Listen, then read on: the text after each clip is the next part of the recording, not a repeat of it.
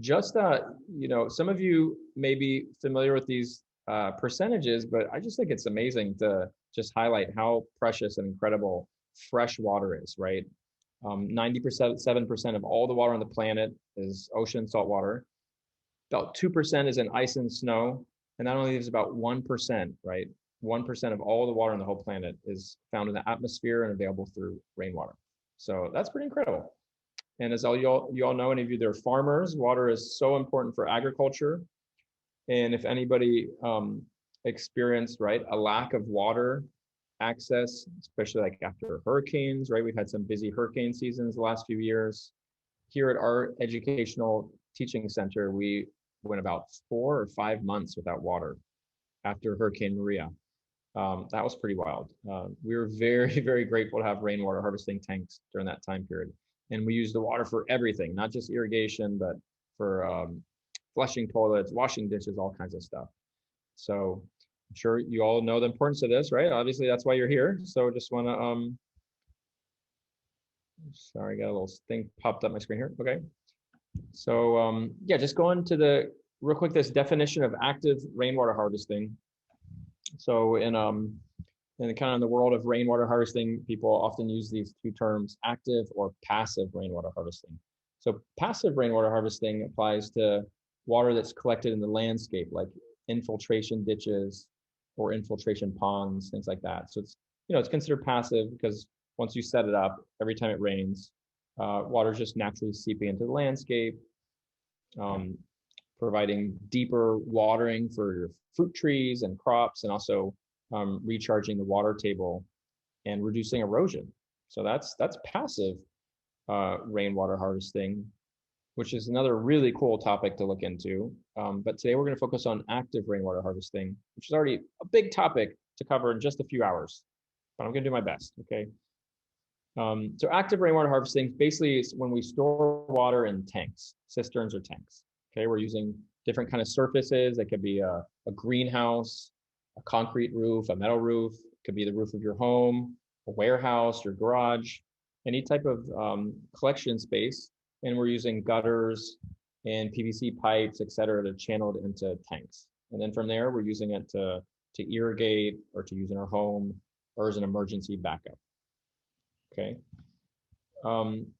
Just a couple real quick important things to point out, right? Rainwater harvesting is excellent for irrigation because it has a high dissolved oxygen content and it doesn't have any chlorine or Clorox in it, right? Chlorine. So chlorinated water that comes through the municipal sources, right? They add the chlorine because it helps take care of microorganisms, bacteria, viruses, and things that might get us sick. So in that way, of course, it's kind of a necessary thing to add to the water when you're transporting water, you know, hundreds of miles to so many different households. It keeps it clean while it's traveling in the pipes all the way till it gets to our sinks in our kitchen, right? But that water, you know, we use it for irrigation when we have to, but rainwater is even better because rainwater has this high dissolved oxygen content and it also doesn't have chlorine, and chlorine tends to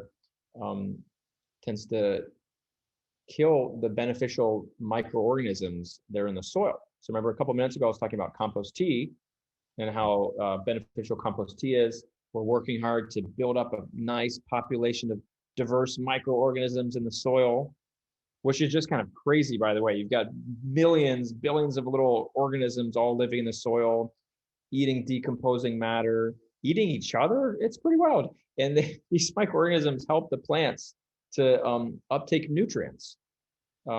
It's actually, you know, most plants don't actually draw in nutrients directly. They team up with microorganisms to bring in nutrients into the roots.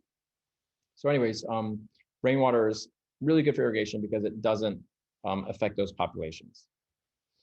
And just in case you guys didn't know, anybody didn't know, rainwater is not potable, right, until it's been filtered or boiled for at least 1 minute. So if there's an emergency and all you've got is access to water, rainwater, and you want to consume it, boil it for at least a minute. And if you can take it through some other kind of filtration systems, like I'm going to be talking about shortly, that's even better also.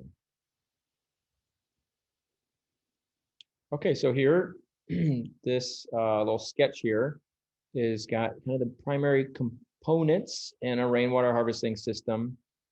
And let's just go one by one. Let's start at the top. Catchment surface up here. So that's your roof. It could be a greenhouse, your house, warehouse, etc. Then we've got a gutter, right? Some kind of gutter. There's all different kinds of gutter systems, a downspout. Now, rather than sending this directly into the tank, we want to try to do some things to pre-filter it a little bit. Now, again, it's not going to be potable, but at least we want to pre-filter as much as we can, at least get out some of the biggest sediments, some of the twigs and leaves and things. So this leaf diverter here at the very top is going to help to separate out some larger debris. This other system here called a first flush system also helps to separate out some of the dirty water that's initially collected when it first starts to rain. I'll talk about that more in a few minutes. Then once water gets into the tank, right, you have an overflow. Okay, this big pipe here in the center, this is an overflow pipe. So we have to know that eventually in a good rainstorm, the tank's going to get full and you have to give it space or a way to overflow. And so most tanks, most of the time you want to install a pipe towards the very top of the tank, and it should be the same size as the pipe that's coming off the roof. So if this is a 3-inch pipe coming off the roof, we want to have a 3-inch overflow pipe. Now this overflow pipe, once it comes out of the tank, we have to think about where to send that. And that's where we want to start thinking about some of these permaculture principles, right? We want to think in a holistic way. Okay, let's see this water that's coming out of the tank is a resource, not just a problem. Let's see it as a resource. So we can do a filtration pond here. We can do an infiltration ditch or pond and plant fruit trees there. And that's going to bring extra water to your crops or to your fruit tree. Where this pipe discharges, it's a good idea to put some stones there if possible, or just at least make sure that's flattened out a little bit so they can handle the impact of that water. Because in a big rainstorm, that's going to be spitting out water with a lot of pressure. It's also a good idea to put a screen over the top of that. Not a really fine screen like a mosquito net screen, but something a little bit larger, like a metal screen with larger holes, like maybe a 1/4 inch or so. You also see up at the top here, we have a vent with a sieve. Sieve is like a screen, right? So we always want to make sure. Now this screen should be a fine screen like what's used in windows that will prevent mosquitoes from going inside the tank. So we always want to have everything in the tank, all openings and stuff sealed so that we can't get mosquitoes going in and out of there. This vent's important in closed system tanks, right? Where we don't have, this pipe is going directly into the tank, the overflow. These are tight seals. What happens is we'll be creating a vacuum inside the tank, and you want to have a space for that air to get displaced, right? So imagine the tank's empty, it's filled up with air. Water starts to come in, water starts to occupy the space, and it displaces the air that's in there. And that air will start to get compressed and pressurized and resist the incoming flow of the water if it doesn't have an easy way to escape. So that's why it's important to add this vent if it's a closed system. Okay, and then of course we're gonna have some kind of faucet or a way of consuming the water, right, using the water. And optionally, pumps and pressure tanks and things like that. So later on, we're going to talk more about that. Just to highlight, something we're going to try to do in this workshop is we're going to look at 3 different styles and sizes of tanks. And what I'm hoping to do is give some information that'll be valuable for everybody. I know people are coming here with different needs and different backgrounds. Some people are just getting started, want to do something small and try it out. So for people like you, I'm going to be showing you how to just set up a 55-gallon barrel. I'm also going to be teaching how to do kind of like a medium-sized tank, like a 200 or 300-gallon tank, simple, just gravity fed with no pumping system. And then finally, towards the end, I'm going to show how to set up a more complicated system with pressurized rainwater and filtration. Okay, so that's up and coming. Okay, let's talk about first flush systems, right? So what's the importance of first flush? Basically, we're just trying to get the water that goes into the tank to be as clean as possible. We want to try to get out some of the gunk. So think about the kinds of things that are going to end up on your roof, right? A bird flies over and drops a little poop. Maybe a lizard dies in the gutter. Maybe you get some leaf debris, some pollen, all the stuff that starts accumulating on your roof and in your gutter. When it first starts raining, those first few gallons that come off the roof are going to wash out all that gunk and start coming down the pipe, and they're headed straight for your tank unless you divert them. So the purpose of the first flush system is to help separate those first gallons before they go into the tank. Okay, and it's real simple. Basically, it's this, we're going to install a T here, a PVC T, and we're going to have a catchment area down at the bottom. It's going to fill up these first gallons. So you can see here in this picture in the center, this little graph, the vertical section has been filled up with water. And then it starts to, once it's full, it starts to run horizontally into the tank. And this first few gallons that end up in here, a little bit more gunky and stuff. They got the leaves and some of the bird poop and all that stuff. Later on, after the rain, you can open up a valve here and drain that out, right? Drain out those few gallons, and then you've got it prepped and ready for the next rainstorm. So that's a real basic description of it. I'm gonna switch here for a second and jump to the drawing board so I can share with you. While we're at it, Owen, I think we had a question in the chat, so I don't want to lose it. Let me. Go ahead. I think someone, I think while you were talking about, I think it was your book, Mr. Davis asked if you touch on native birds at all, if you touch on that subject. No, the book doesn't talk about native birds. No, I'm sorry. Because they're not important. It was just out of the scope. Yeah. So definitely there's resources out there for, I think, the region's native birds, but not specifically this one. I think this one has a lot to cover in regards to permaculture and agriculture in general. Yeah. Inviting anybody who has any questions at any given time, feel free to share them and we will be addressing them throughout the presentation, okay? Great, thank you. Okay, I'm gonna jump here to do a little sketch and try to detail out a little bit more exactly how to set up this first flush system. Okay, so let's start here, do a quick sketch of our roof. Got some kind of a gutter here, and gutter comes down a little bit. And we're gonna do a little separation here. The pipe comes to an end, little space, and then we're gonna have this leaf diverter. This is optional. It's not totally necessary, but it's a nice thing to do if you can. Then the pipe comes down, and now we're at the height where the pipe would be coming into the tank. Okay, so let's say over here we've got our rainwater harvesting tank ready to go. And so often what people will do is at this point they'll come over with this horizontal piece and just drop right into the tank. Okay, but we're gonna instead of doing that, we're gonna add here a T. Okay, we're gonna add here a T, and then we're gonna continue going down all the way to the floor level with this vertical pipe. Okay, and then at the end, we're gonna put a 90-degree coupling, and then we can put a female threaded adapter and a male cap. Okay, this is a way of, it's kind of like a threaded cap that you can take on and off to drain it out. You can also put on a ball valve there if you want to.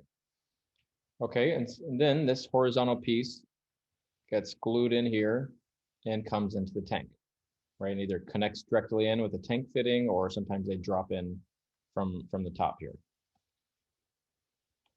Okay, so then what's gonna happen is, as the water is coming down, right, instead of going horizontally into the tank, it's first gonna fill up this down here. And once all this is filled up with those first, several gallons, then this is all gonna kind of start mixing together a little bit, but it's gonna come horizontally and drop into the tank.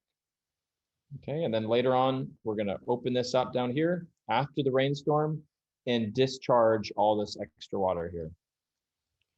And it'll be ready for the next rain. So yeah, just one important detail is just that the T, there's different kinds of T's. It should either be this style, which is just kind of like a 90-degree T, or if it's this other style, sometimes you'll find them like this. This is my preference. It's kind of got this curved section here. If you use one like this, then make sure that that curve is pointed up like I have here in the sketch, because that's going to help the water just to kind of keep going straight down when it's raining, and then once it's full, it'll still move horizontally. Okay, so that's the basics of a first flush system.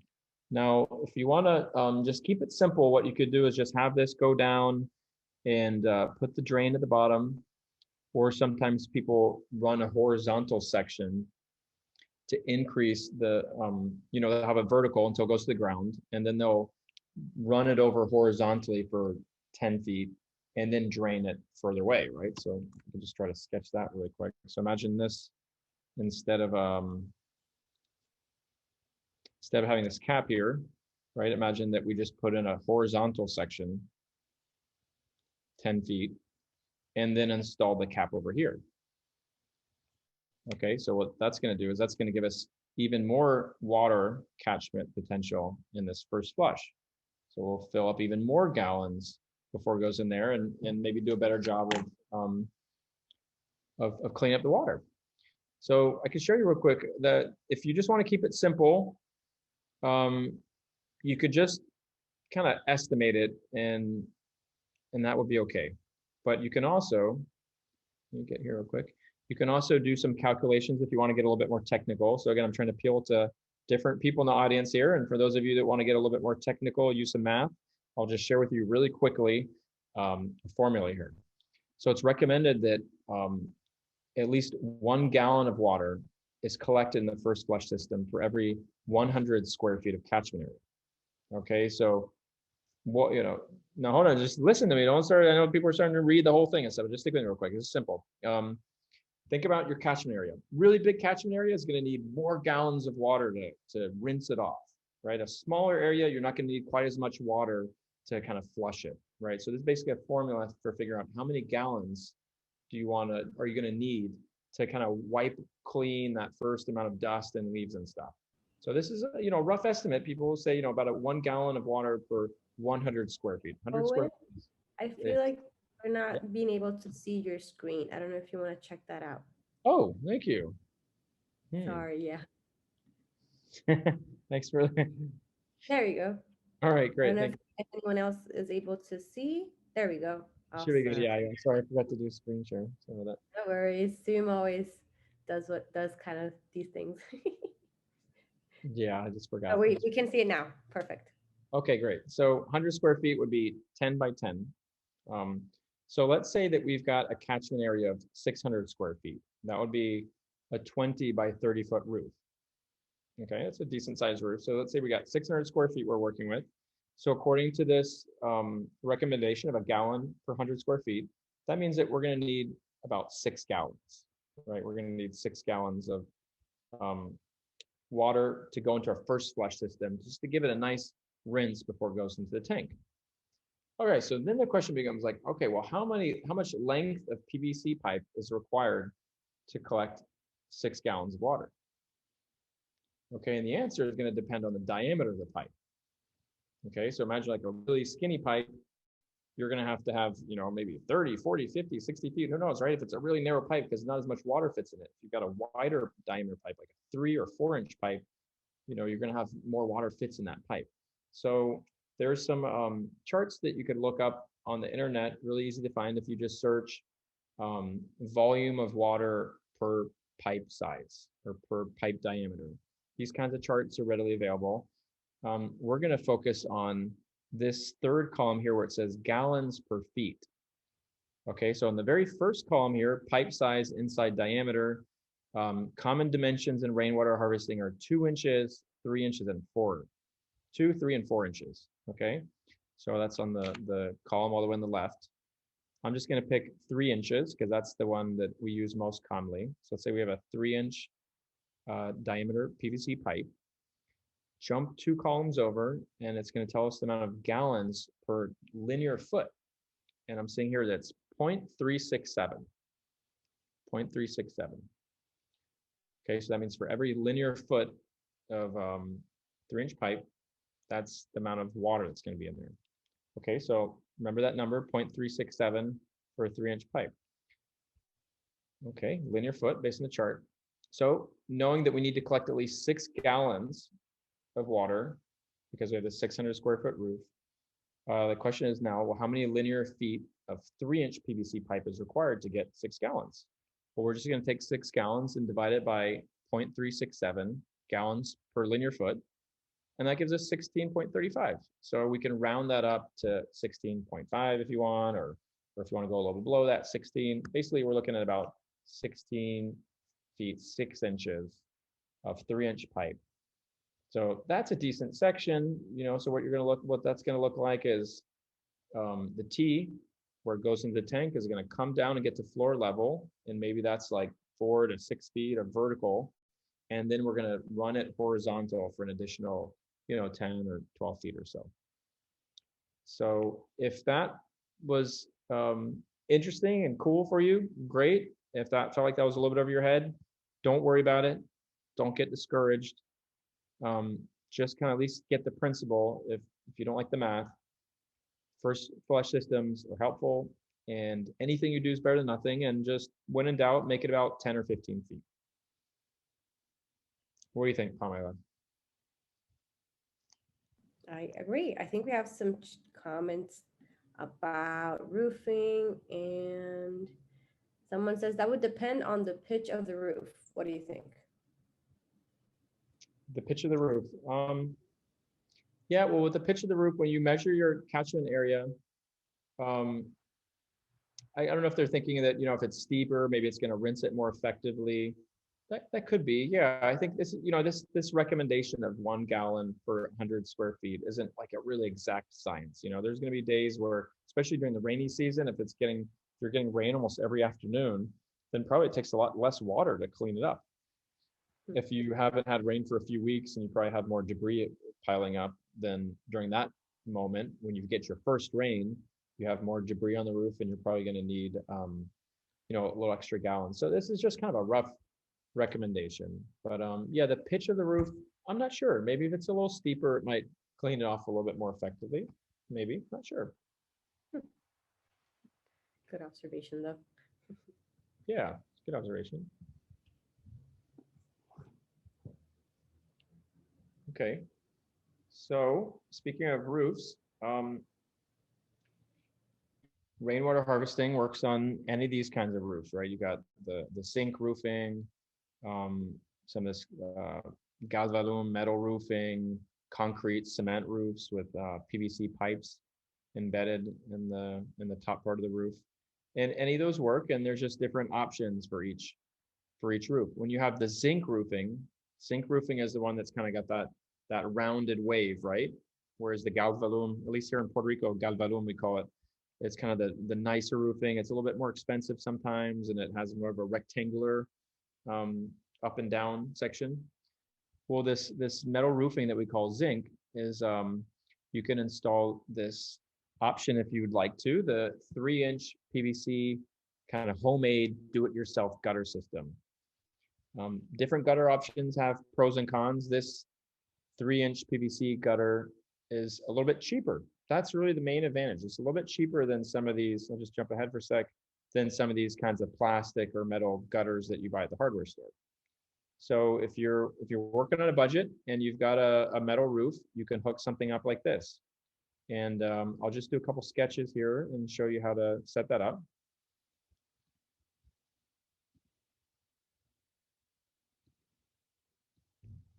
Okay, real quick, just to point out, there's different kinds of PVC, and we're going to be working with, in general, we're interested in what they call Schedule 40.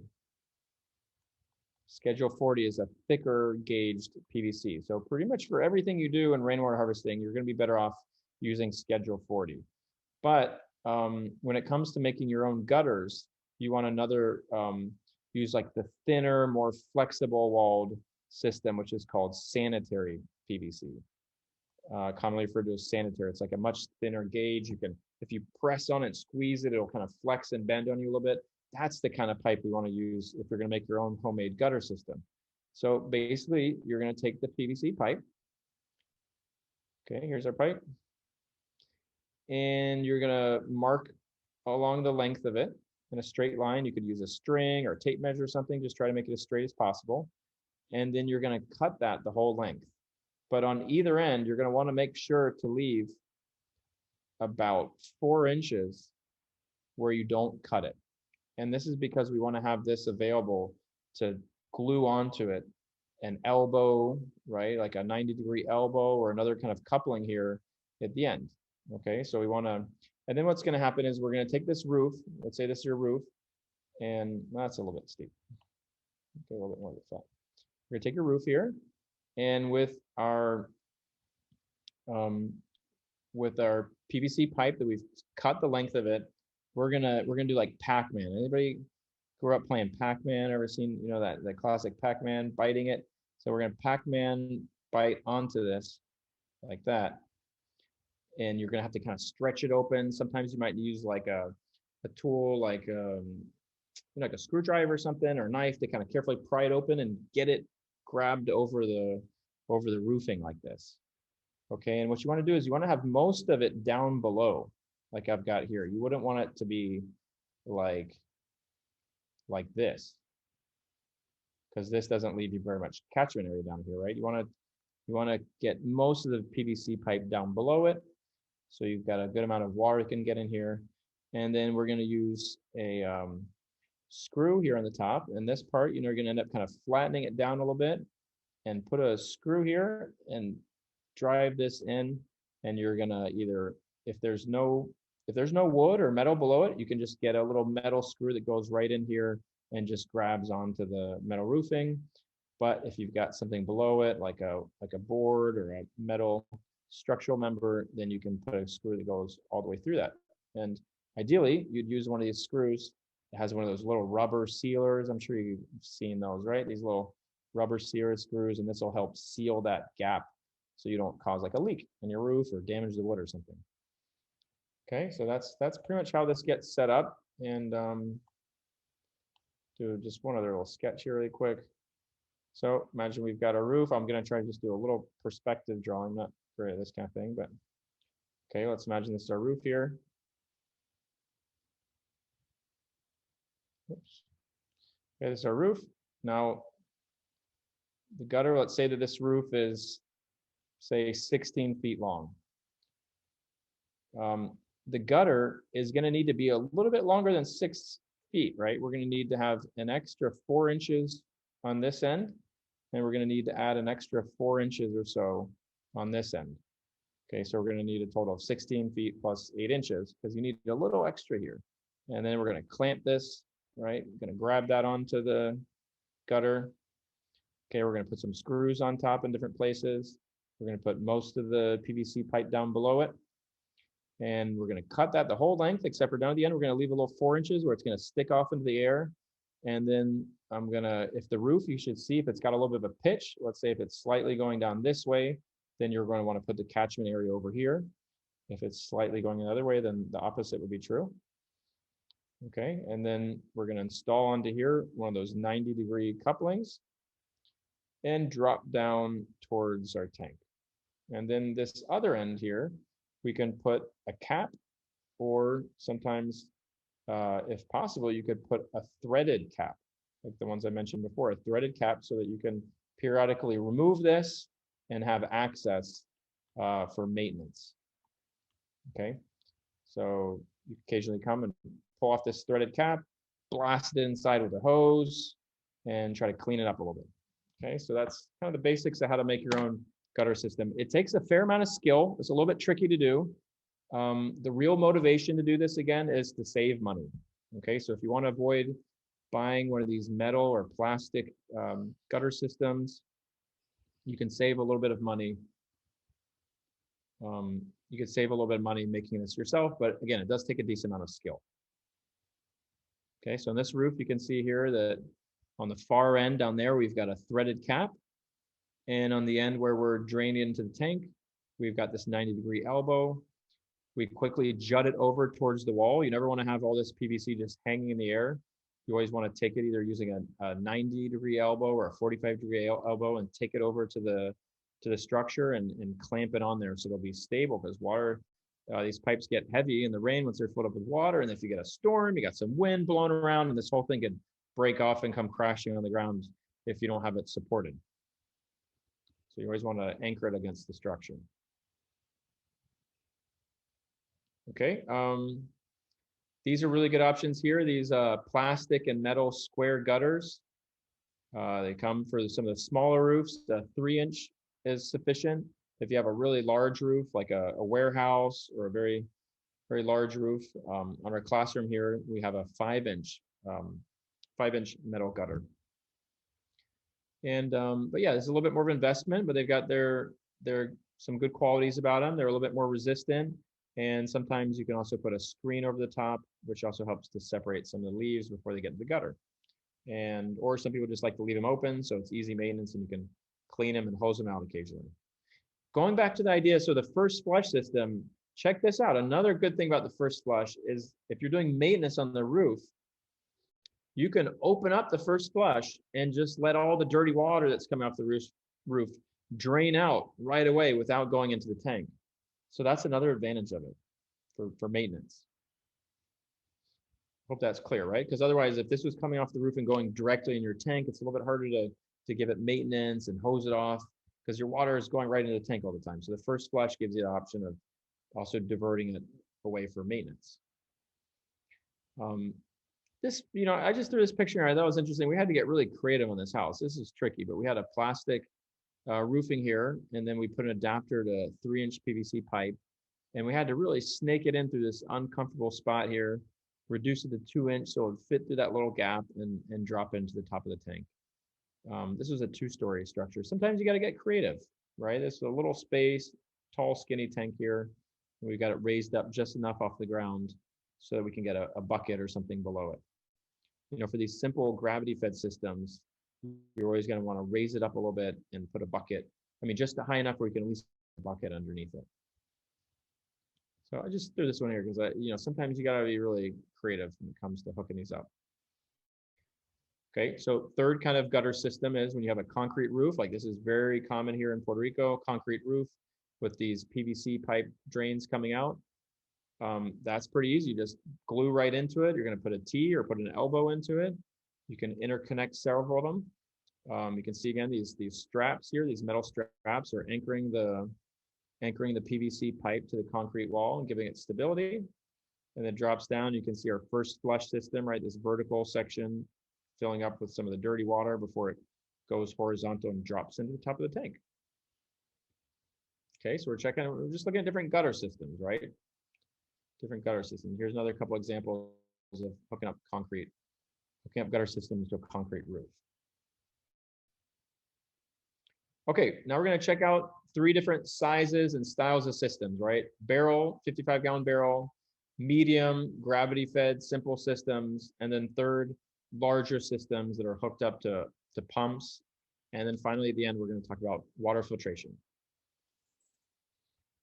Okay, 55-gallon tank. It's a low budget option.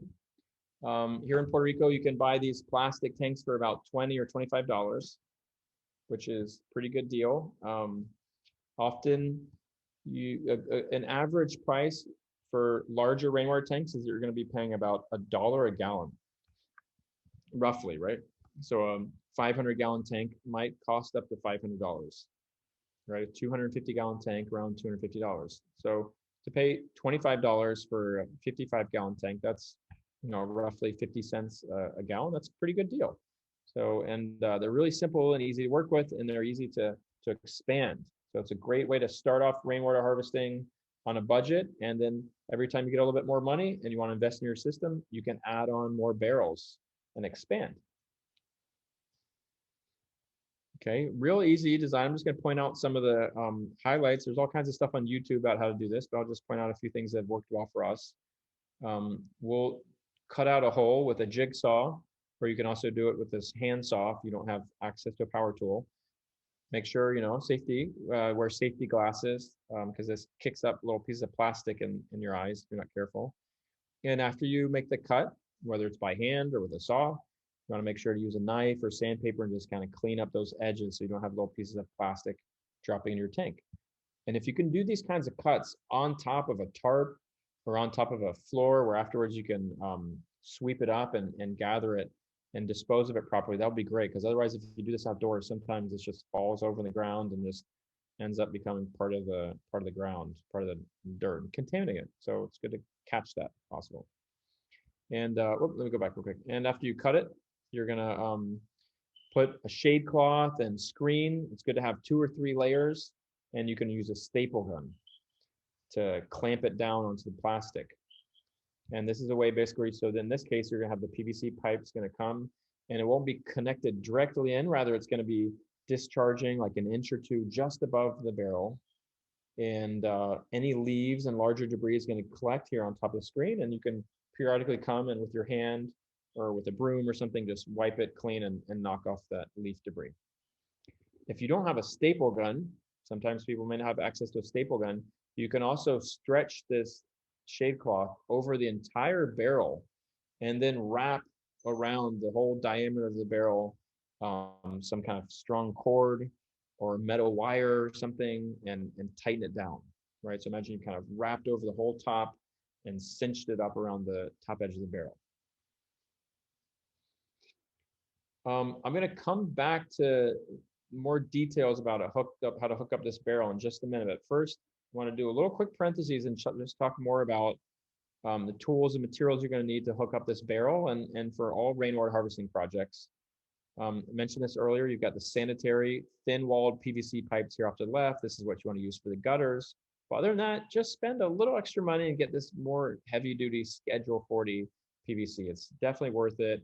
It's going to last longer as far as sun exposure, and it's less likely to crack or break if somebody bumps into it or gets hit by something. So definitely, there's some areas it's good to try to save money, but I think with this PVC pipes, for the downspouts, the gutters, supply lines, everything, just make sure to get the Schedule 40 PVC.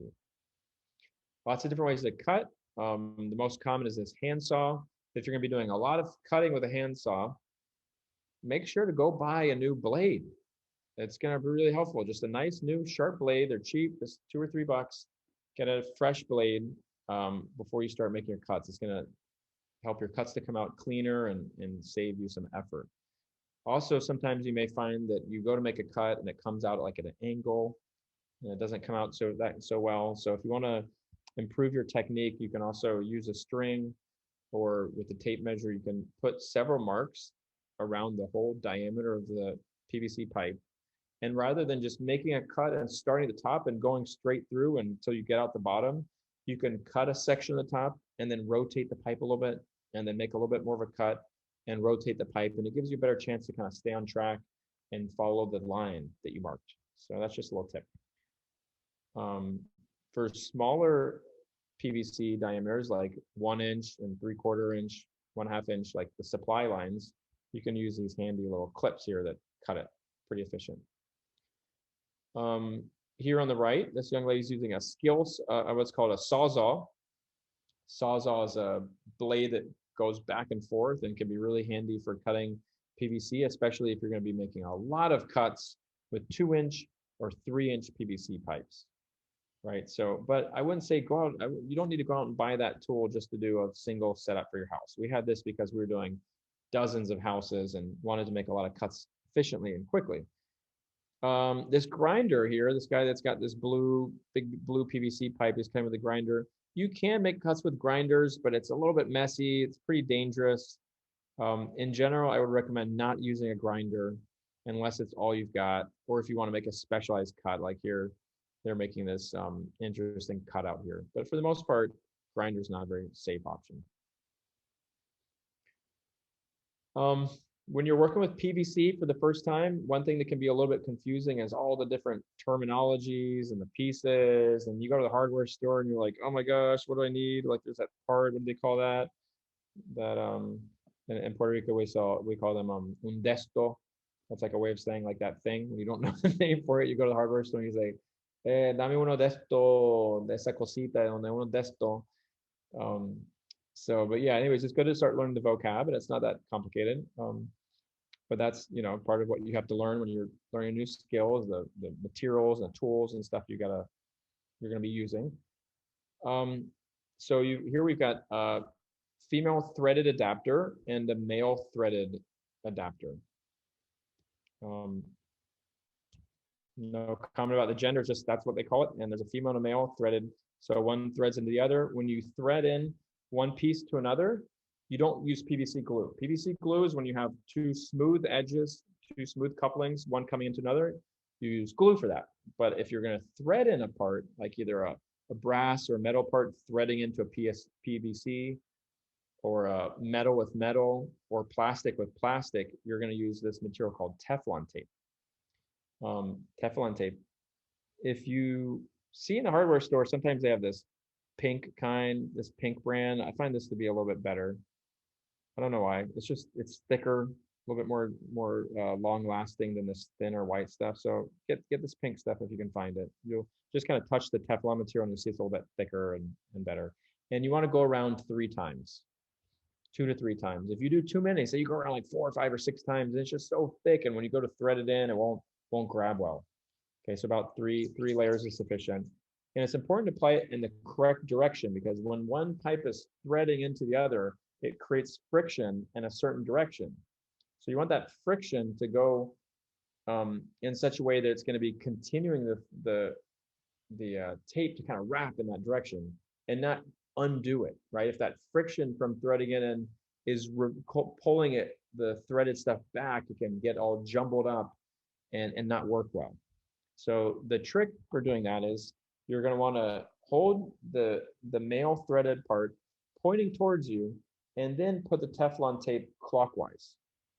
Okay, threaded piece pointing towards you, and then do clockwise. That's how it works. Anyways, nothing like just trying to get your hands dirty. Okay, anyways, that was a little quick parentheses, just some materials and tools and stuff that are really common with rainwater harvesting. Okay, we're going to drill out towards the bottom of the barrel a hole big enough to slide this uniseal and PVC pipe in. There's different kinds of drill bits, but for larger holes, you're going to use one that's called a hole saw. A hole saw. So they look like this, and this drill bit in the center screws in. There's like usually a little Allen wrench here that tightens it down, make sure that's nice and tight. And then this cup, you can get this for different sizes, all different kinds of sizes. And first this drill bit in the center penetrates through, and then the outer teeth start to grab in and make the hole. They work quite efficiently. So for this rain barrel, right, 55-gallon rain barrel, you want to put this hole 2 to 3 inches above the base, rather than putting it at the very, very bottom. Okay, now by bring it up 2 or 3 inches, that's going to help separate. We're gonna collect some sediments on the bottom of the barrel, so that's a good thing. We want some of the dirt and some of the things that's in the water to gradually settle down, go towards the bottom, and stay there. And we want to try to avoid using that.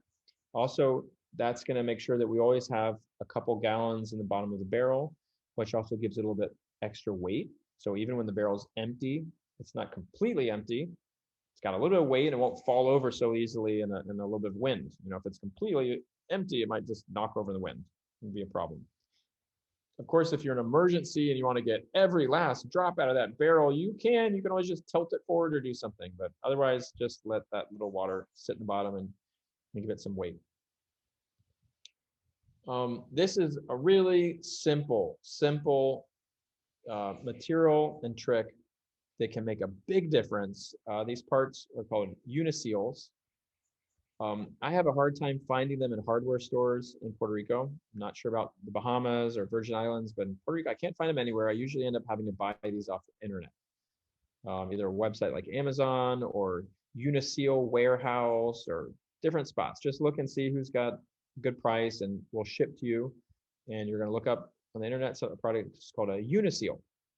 And it's economic, it's trustworthy solution. And what it does is it gives you a seal for connecting a PVC pipe into a rainwater barrel or a larger tank. And it's really simple. It's ideal for systems that are run by gravity, not pressurized systems. And you basically, as you can see here in this picture, you drill a hole, you insert this uniseal, and then into the uniseal, you squeeze in the PVC. And the trick is it's nice to use a little bit of oil to facilitate the entrance of the tube, because otherwise it's like really tight sealed. And basically what happens is that it's such a tight seal that it creates a lot of pressure. The PVC pipe squeezes against the rubber seal, and the rubber seal presses up against the barrel and creates a watertight seal. So it's pretty cool. You don't need to use silicone. It's better you don't put silicone or caulking or anything. And this is a much better option than this. This is what people commonly do at the bottom of the barrel. It doesn't work nearly as well. They'll usually drill a hole and they'll thread this in and put some glue or put some silicone and stuff, and it doesn't work very well. Two things I don't like about that. One is as soon as somebody bumps into this, it usually starts leaking. Whereas the uniseals, you can bang into it and all kinds of stuff and they don't leak. That's one advantage. Another thing is that these hose bibs really reduce the flow rate. What does that mean in practical terms? That means that when you come over with your watering can, you're like, all right, I'm getting some rainwater, water plants. Put the watering can there, open it up. And with this, you're going to be waiting. You're going to be waiting and sit around while that slow flow rate takes much longer to fill up your watering can. Whereas if you use this system here that I'm recommending, where it's not only the uniseal, but you also have a ball valve, right? A ball valve, you're going to get a much better flow. Ball valves come like there's this plastic version. These are the cheapest, but they work quite well. You know, but good to point out though, after like 3 to 5 years, this plastic, if it's getting exposed to a lot of the sun, they'll tend to crack and break. So eventually you'll have to replace it if it's out in the sun. That's a quick, cheap fix. You can get nicer ones that are metal. But a ball valve, the way you know it's a ball valve and you're going to have a good flow rate is if you hold it up in the hardware store and look through it, you're going to see that when it's in the open position, the interior of that maintains the same diameter size straight through. Whereas these rainwater bibs, you can't even see through it, and it really tightens it down narrow, and it kind of takes it through the zigzag path that reduces the flow rate. Okay, so here's a couple examples of barrel systems. I'm just going to jump to this one really quick here. You can see down at the bottom. Let's look at some different things. So we've got our vertical. This is a 2-inch PVC pipe, right? Collection coming off the roof. We bring it over right away to the wall. We're going to use these straps and anchor it into the concrete. We've got our T for the first flush system. We cut a hole in the top, put some screen there. The pipe keeps going down for a little first flush. It's like down here in the bottom. You can't see it, but there's a way to open that up and drain it. We threw a couple straps around the whole tank just to anchor it in position. And we've got 2 tanks that are filling up parallel and draining parallel. You can see there's only one entrance. There's only one spot down here where you can come and get water out of the tank. So how do you do that? It's really easy. You just connect them on the bottom. Just connect them on the bottom. I'll share with you a quick sketch for how to do that.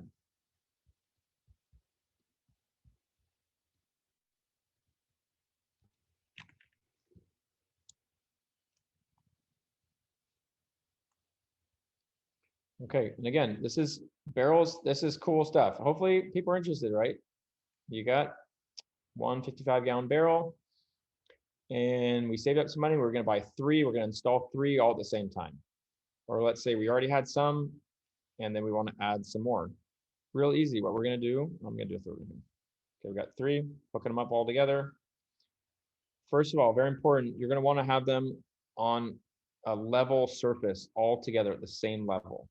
So this could be some kind of heavy duty wooden structure. The most common thing is that you're going to put bricks underneath the base and build up a little brick base. Okay, so you got them all on a level base together. It's important, so they'll fill up equally. And then down here towards the bottom, about 2 inches off the bottom, we're going to drill out a hole and install a uniseal.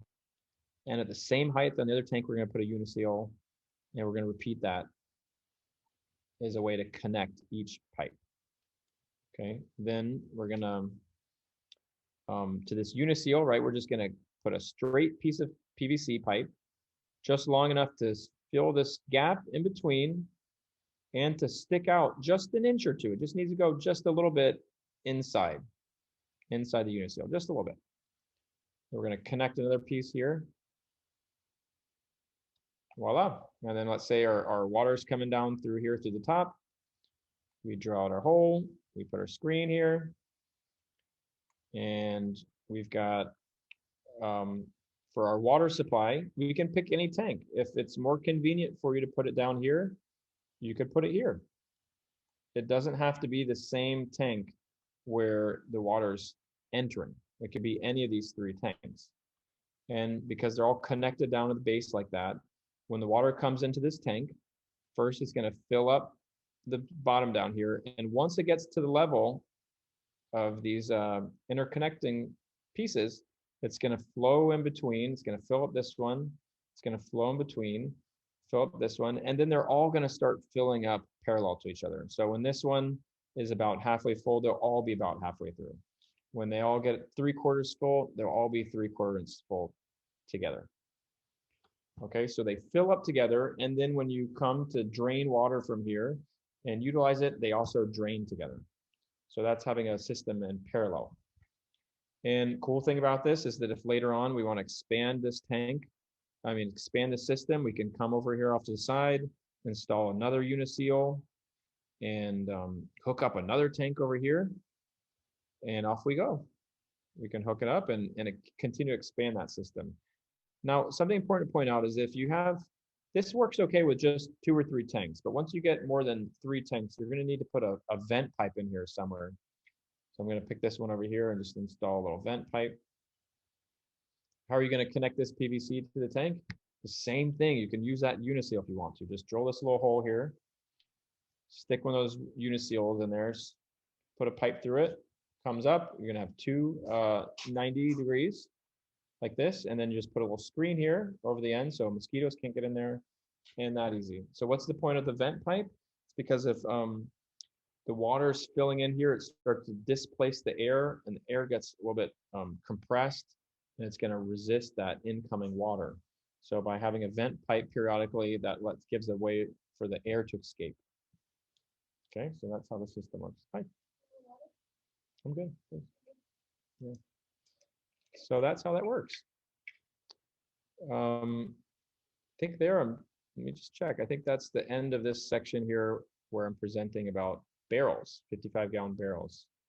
Next, here we go into medium-sized cisterns without pumps. So yeah, this might be a good spot to take some questions. Yes, thank you. We do have one question, but we do encourage anybody who is listening in to share any questions in the chat or via the question and answer. But we do have a question from Mr. Davis. He's asking, for the smooth parts, is there a specific type of glue, non-toxic maybe? For which part? For the uniseal or for gluing together in general? He mentioned the smooth part, so I'm assuming maybe anything that's in contact with the water. Yeah. Well, you can just use regular PVC. Yeah, all the PVC glue. You don't have to look for a special kind that's non-toxic. That's, if you're drinking water off the municipal water, that's how it's all coming through these PVC pipes. It's stable when you first work with it. It's going to off gas a little bit and it'll smell for a moment, but once the glue completely dries and hardens, it's okay, and it's considered non-toxic, or at least in the beginning. Once you could flush the system a little bit in the beginning and just help clean it up, but after that, it's okay. Yeah, it's okay. Awesome. Yeah, that is what he meant. Thank you. Awesome. Thank you. Well, anyone that has any other questions, feel free to share them via the chat, question and answer. I know we're going to keep going into more complex systems, so it's going to get more fun. All right. But yeah, definitely though, just point out that these barrels, 55-gallon barrels, are really, really attractive, easy way to get started. Not very expensive, and it's a great way to learn and start collecting rainwater right away. So if you don't have any experience yet, get one of these going right away. See, it seems like some questions are coming in now, right? Yeah, we do have 2 follow-up questions. I think one person is asking, Anhan is asking, I think, what type of code could you use to prevent the growth of sludge? I think it's maybe like the growth of algae, I guess. Yeah. Good question. Yeah, thank you, Angel. There's all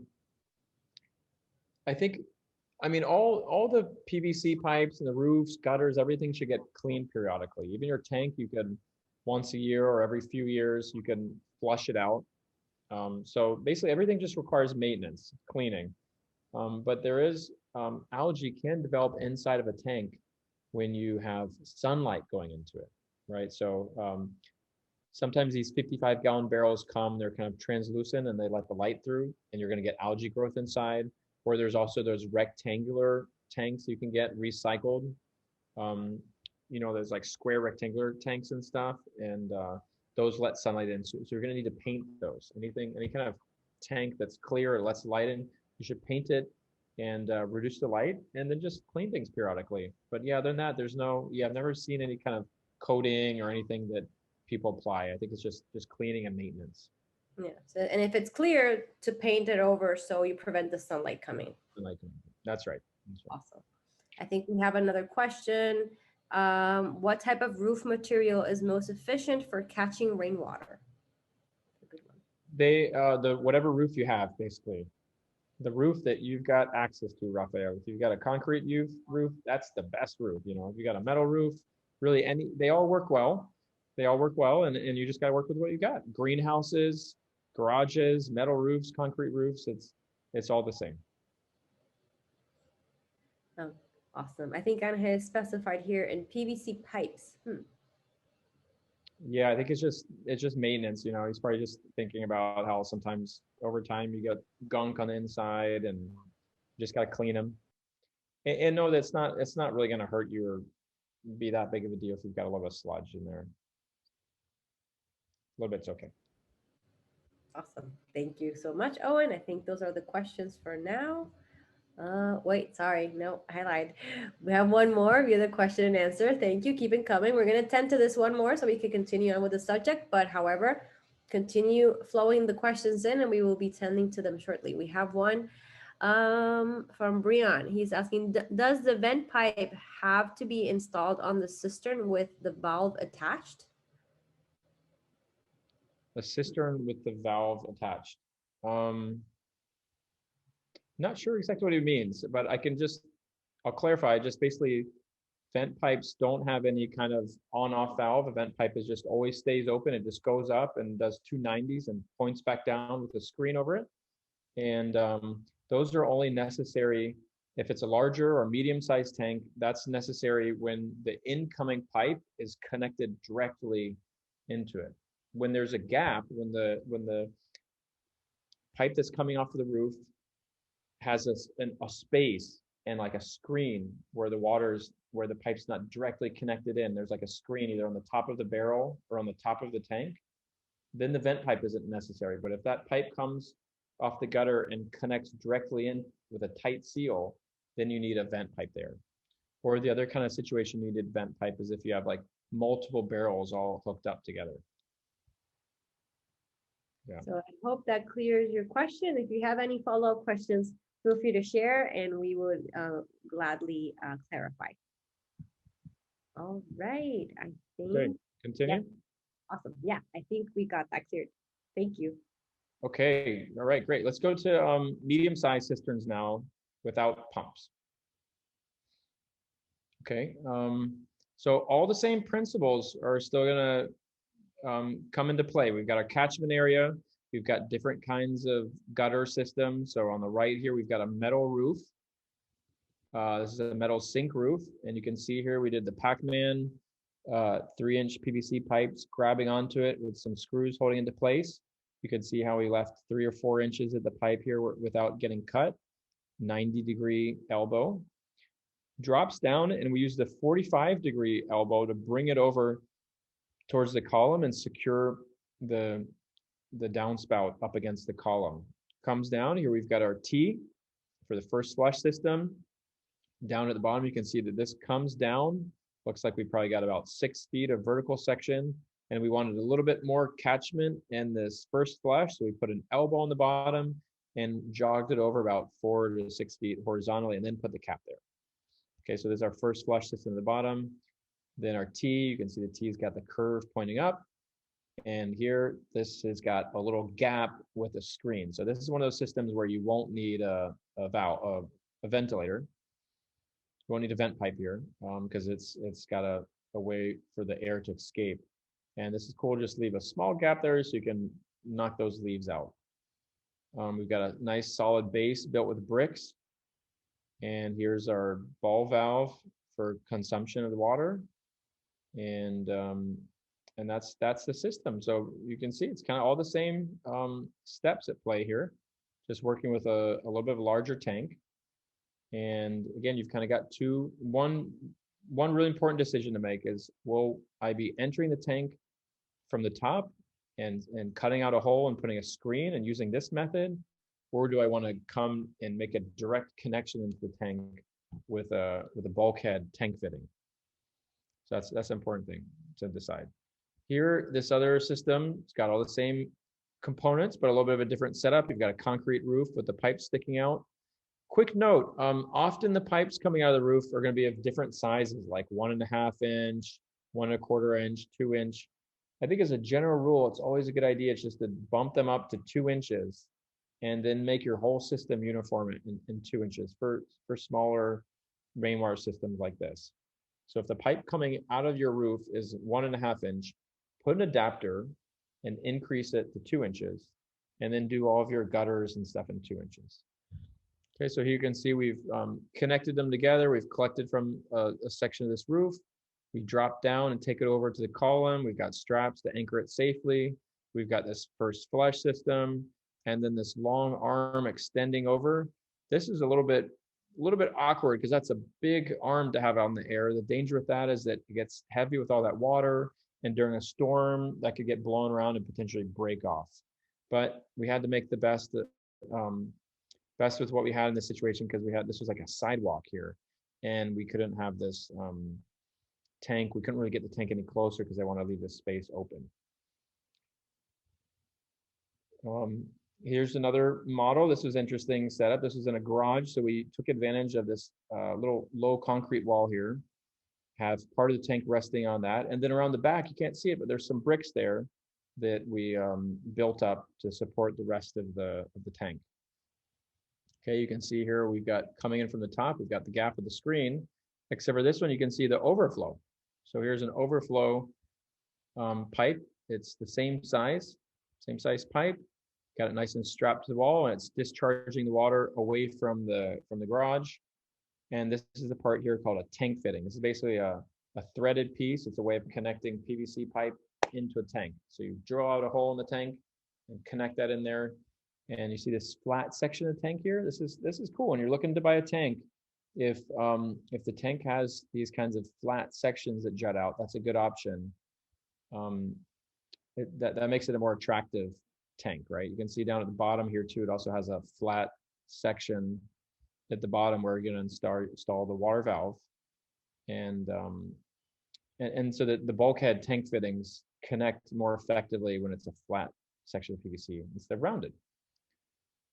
And this one here, a little detail, we added this hose bib adapter, this metal hose bib adapter, because this lady wanted to be able to hook up a hose to hose off the garage periodically. So it's pretty cool. She can either just open it up and dump it into a bucket or a watering can, or she can hook up a hose, and it won't have a lot of pressure, but it's still going to be good enough to water out the garage. So it's a pretty cool system.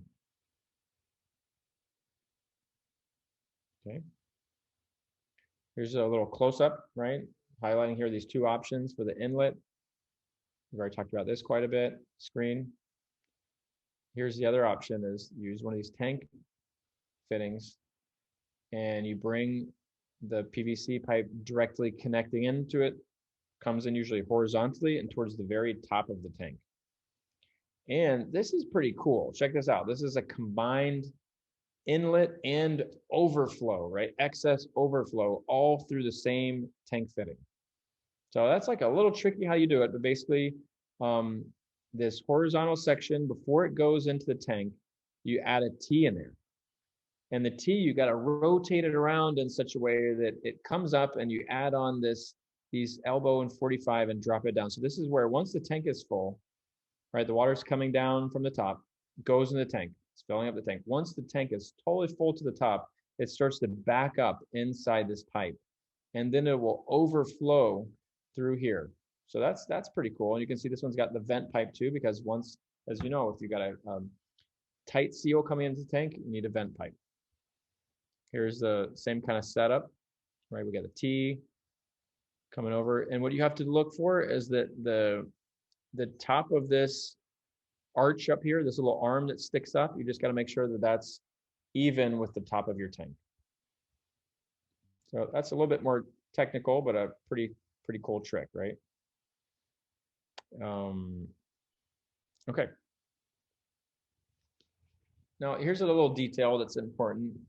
There's two main options for bringing the water from the roof, right, into the tank, from the roof into the tank. So you've got wet conveyance or dry conveyance. Dry conveyance over here, this is the most common. This is what's going to make sense most of the time. I think pretty much almost all the pictures you've seen so far were dry conveyance, right? So you had the pipe comes down, first flush, elbow, the T, and it comes across horizontally and it connects into the tank, either dropping in through a screen or a direct connection. That usually works out really well. But sometimes wet conveyance is an important option. Usually when the tank, for whatever reason, has to be placed at a fair distance away from the house or from the catchment area. Or if this pipe would be bothering you for some reason, like imagine this is coming across where your driveway is or where an important pathway is, and you want to keep that space open. That's why you would use this wet conveyance system. It's a way of keeping this pipe from getting in the way. And what you do is basically you bring it straight down the wall after your first flush system goes down instead of going horizontal. And then you can cut out a trench in the dirt, do a horizontal section of piping, and then it comes up and enters the tank. And sometimes people get confused by that and they say, well, how's that working? You got a pump there, or how does that work? But no, it doesn't require a pump. It's really simple. As long as the entrance to the tank is lower than the gutter up here or the leaf diverter, then it works out. And what happens is it just those first gallons of water fill up the whole length of pipe. And then once this whole section of pipe is filled, it starts to overflow into the tank. Now, one important detail about this wet conveyance is you have to have a way to drain this underground pipe section, because otherwise that water, if you go into the dry season and you don't get rain for several months, it could get, just mucky down there, anaerobic or stinky or something. So you want to have a way of draining that. So somewhere in this bottom section, you need to install a T and then have a horizontal section of pipe that comes over and gets exposed somewhere with a ball valve or with a threaded cap so you can periodically drain it. Okay, I think now is a good stopping point to go and take a walk around. So somebody here, Shona, is going to be helping me to do a little tour. We're going to cruise around and check out some systems that are here at our educational teaching center. How's that sound, Pamela? Let's do it. Cool. Any questions here? Before we go? I don't think we have any open questions. Let me see. Not in the chat either, but definitely encouraging anybody who has any questions about this system in particular. It starts to get a little more complex, so definitely looking forward to answer any details that they have. There's a question. Does the diameter of the vent pipe matter? Rafael is asking us. The diameter of the vent pipe can be, usually I use 3/4 inch or 1 inch. That's good. It can be quite small. Yeah, 3/4 inch is fine. Okay. Yeah, thank you for that question, Rafael. So Tim is asking us, I have a roof with 2 integrated downspouts that come out of at ground level. What is the best way to design the catch system? Oh, cool. Okay, yeah. Sometimes, sometimes concrete homes have the downspouts are running inside the walls, and then they come out at ground level. So yeah, what you can do there is you can connect to it at the bottom and then bring it up into the tank, and it's going to be kind of like a wet conveyance system, right? Basically, you're going to end up with a wet conveyance system there. And let me do a sketch really quick, actually, for that. That's a good question. Can you see the screen okay? Yes. That is a little bit tricky. So yeah, you got a concrete structure here.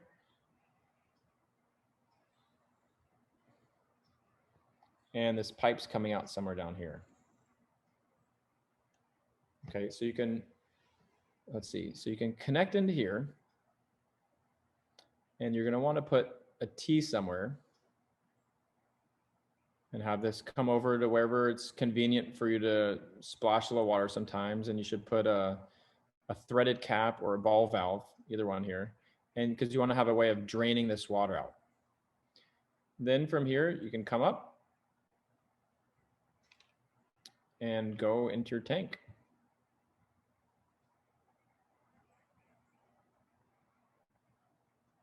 And you can either have a gap there with a screen, or you can come directly into it from the side, like we've seen.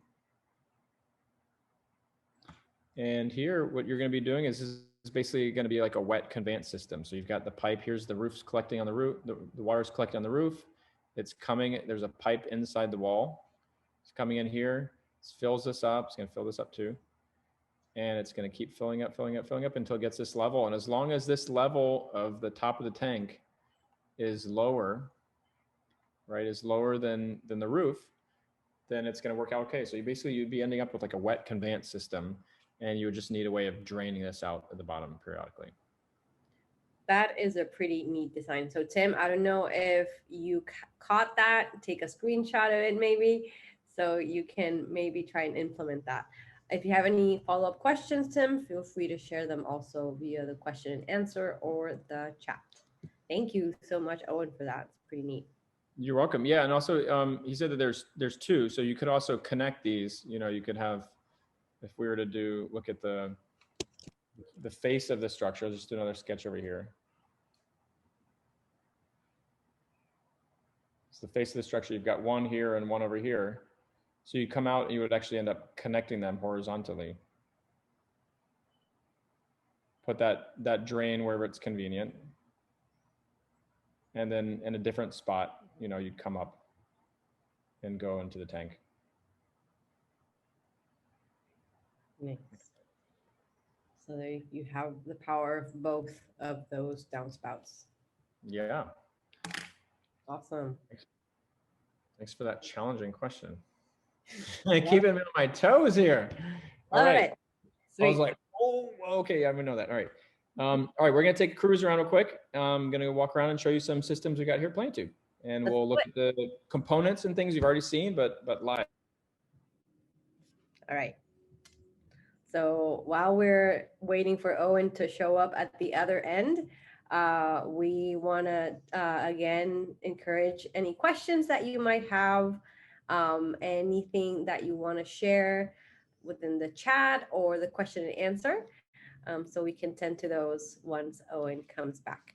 But now we're going to be heading to a more dynamic portion of the webinar. We're going to be having a little tour and seeing these systems live in action. So very exciting to be sharing all of these with you all. Someone asked if the workshop is giving in Spanish. We actually gave this workshop in Spanish yesterday. We had a great crowd yesterday as well. We give these on a regular basis every semester. So please keep in touch within our social media, our platforms, our newsletters, and we will be sharing any other information about any of these workshops that we will be having soon. So I think there we have Owen, and we might be getting started now with the tour. Can you hear me, Owen? Okay, Pamela? Yes, we can hear you. Perfect. Okay, great. All right, well, we're at the Plenitud Teaching Center, and we're going to cruise over and check out a couple systems here. So this is a metal roof structure, and you can see here we're catching water off of this section of the roof. This is about 30 by 45 feet. So this is a large catchment area. So we installed a 5-inch metal gutter. Mm-hmm. And so we've got a larger 5-inch metal gutter here. And here you can see the leaf diverter. So that's catching some of the larger debris before it goes into the pipe. And then we've got a 45-degree elbow coming over and bring it close to the column here. And then here we've got our first flush system. Okay, so the water's coming down. First, it goes into this vertical section of the pipe. This is the first flush area. This goes under the ground, and then there's a ball valve over there where we can open that up and drain that. Then once this section of pipe is filled up, right, it comes over and drops into this. Now for a dry conveyance system, this would normally, as you saw in all the pictures, this normally goes horizontally directly into the tank, directly to the tank. But in this case, it's a wet conveyance system. So this is going to actually go below ground and come up into the tank, right? So this is actually going to come drop here. We've trenched out underground here. Can't see it because it's underground. And then the pipe comes over here and goes up and into the tank in this spot here. Okay, so this is the wet conveyance system. You just saw that in the drawing. Why do we do wet conveyance system here? Because this tank site is about 15 feet away from the roof. So it's a fair distance. And this is also a really busy area in front of the classroom, the greenhouse. And we want to have this be an open pathway and not have like a PVC pipe hanging in the air, right? Getting in the way and whatnot. Also, you know, another thing that we're doing here is it's an educational center. So we try to just show off a lot of different techniques and options. And so that's another motivation, to be honest, too. We want to make sure people see all the different options are possible. Okay, so the pipe comes underground, comes up here, goes into the top of the tank. And you can see here where we've implemented that system that you saw in the pictures. We've combined inlet for the tank with an excess overflow pipe, all in the same hookup. You can see the vent pipe up at the top. That's a 1-inch vent pipe. Goes up 2 elbows, and then a little screen embedded in there to keep mosquitoes from going in. I want to show you the first flush drain over here. So you want to make sure that you discharge this water somewhere where it's going to be, where it's not going to cause a problem for you. So we kind of found this little edge. We stuck this in here next to the greenhouse, and we've got this little basin here. So this is like a infiltration basin that we dug out. We've got some bananas and fruit trees, and we've got 3 different pipes here that all discharge into this basin. First, we've got the first flush. We also have this one, which is a drain. This is a way to drain the wet conveyance system. Okay, so remember you saw that wet conveyance at the end of the rainy season. You want to be able to drain that out periodically.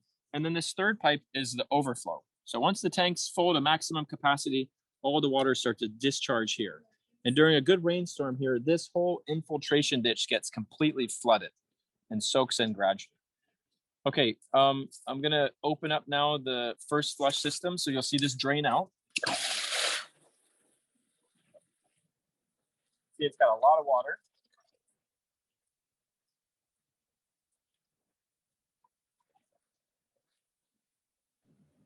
Could you point it down a little bit more? Point the camera down, yeah. Were you able to see that?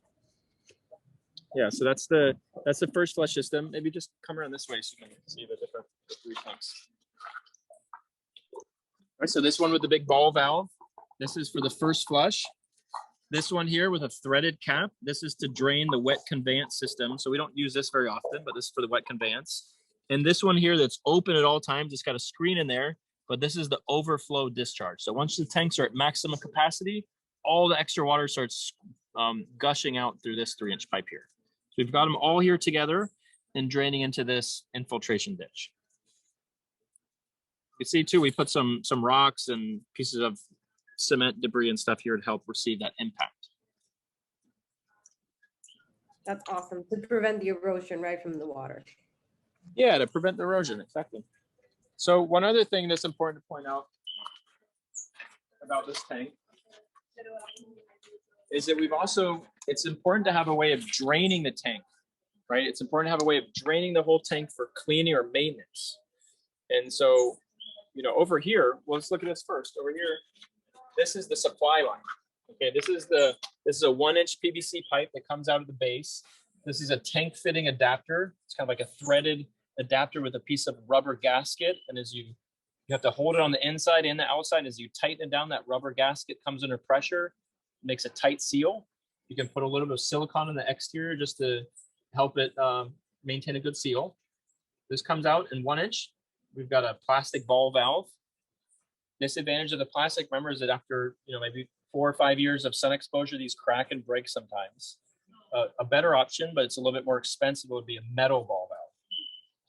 This is a universal coupling. It's a threaded joint. It's a way of, this gives us the option of unthreading this with pliers and separating the pipe. So if you ever want to do maintenance here and stuff, there's a way that we can disconnect this without having to cut it with a saw. Okay, so this is a universal connector. But let's say that, you know, let's say, it's a fact, like once a year or so, we want to clean this whole tank out. Usually we do it in the dry season because algae and sludge and stuff builds up on the inside. But not so much algae. I said algae, but not really algae. More just slud and debris and sediments. So we want to do a periodic clean and flush. This wouldn't be the, you know, well, we have to have a way for the water to get out, to escape from the tank while we're flushing it.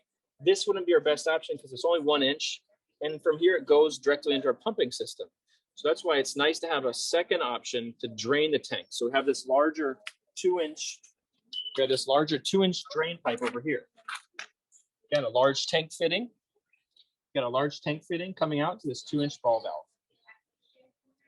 When we do cleaning and maintenance, actually what we'll do is we'll stick a 2-inch piece of pipe here with a 45-degree angle or a 90-degree angle, and we'll run it over into that infiltration ditch. And we'll open this up and it'll drain there, and we'll be inside hosing it, flushing it out. And I'll just open it for a second so you can see you get a really good flow with a 2-inch pipe. Oh. That's the camera. Yeah, so that's a good flow. As you can see, it's blasting the gravel, making a little erosion. So when you're flushing out the tank, it's nice to come in and just stick a piece of pipe in there. You don't have to glue it. You know, if you can just put a piece of pipe in there, and just the friction of the pipes together is enough to keep it in position without glue. And you can drain it somewhere where it's not going to bother you, and then afterwards take the pipe and stash it somewhere else. Okay, so this is the main thing what we're looking at this system. On the other corner of this roof, we've got another attachment system that we installed first. Actually, let's go check that out. That's got a dry conveyance.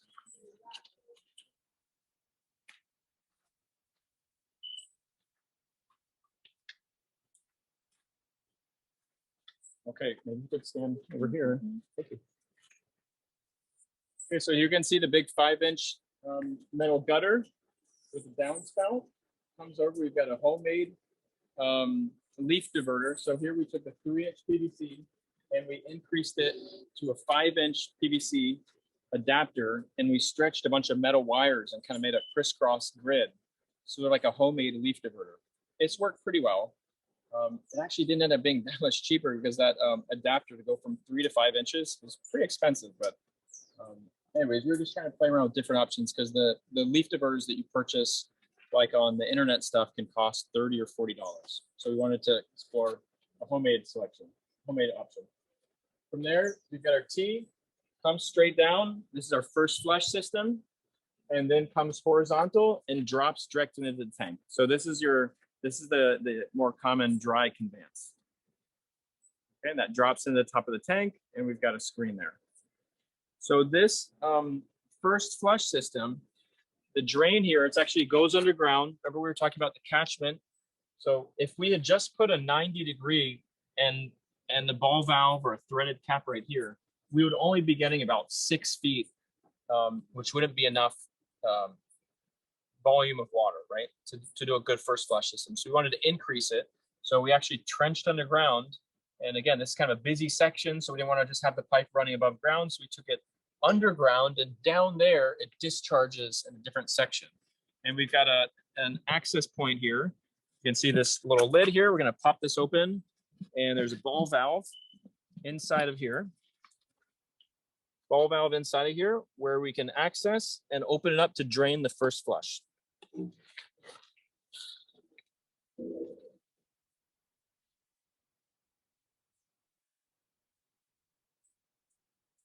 Okay, so every time it rains, you want to be a really good rainwater harvester, you're going to come out, open that up, drain the first flush, and then close this. Okay, that's first flush system. What else? Here you can see the overflow. Right, we've got another big tank fitting here. And since in this one, we've got the pipe coming in to the top of the tank with the screen, we've got the overflow pipe separate. right? And so the other one we had the combined inlet and outlet all combined, the inlet and the overflow. But here we've got it as a separate pipe. And it comes out, drops down, and now this is going to be channeling a lot of water because once the tank gets full to its capacity, from that point on, all the water that's getting collected in the roof is going to be coming down this pipe. So that's like a lot of water. So you have to be really careful where to direct this. Because if you're not careful, if you direct this towards a place where there's an erosion or landslide risk, that could be definitely a big problem. Okay, so rather than discharging it right at the base of the tank, that's an option, but you can also trench it underground and take it somewhere else to manage it. So in this case, we've got it running underground. And then you can see this is vetiver. This is a really famous grass that has a really deep root system. And it's great for erosion control. And just downhill of here, we've got it discharging in a diversion ditch. So it's forested, there's trees. It's a spot that can handle all that excess water, and we're not worried about landslides or erosion. So that's a really, really important point. Make sure that overflows get channeled in a place that's not problematic. Okay, so let's cruise over and see. Let's see the pumping house.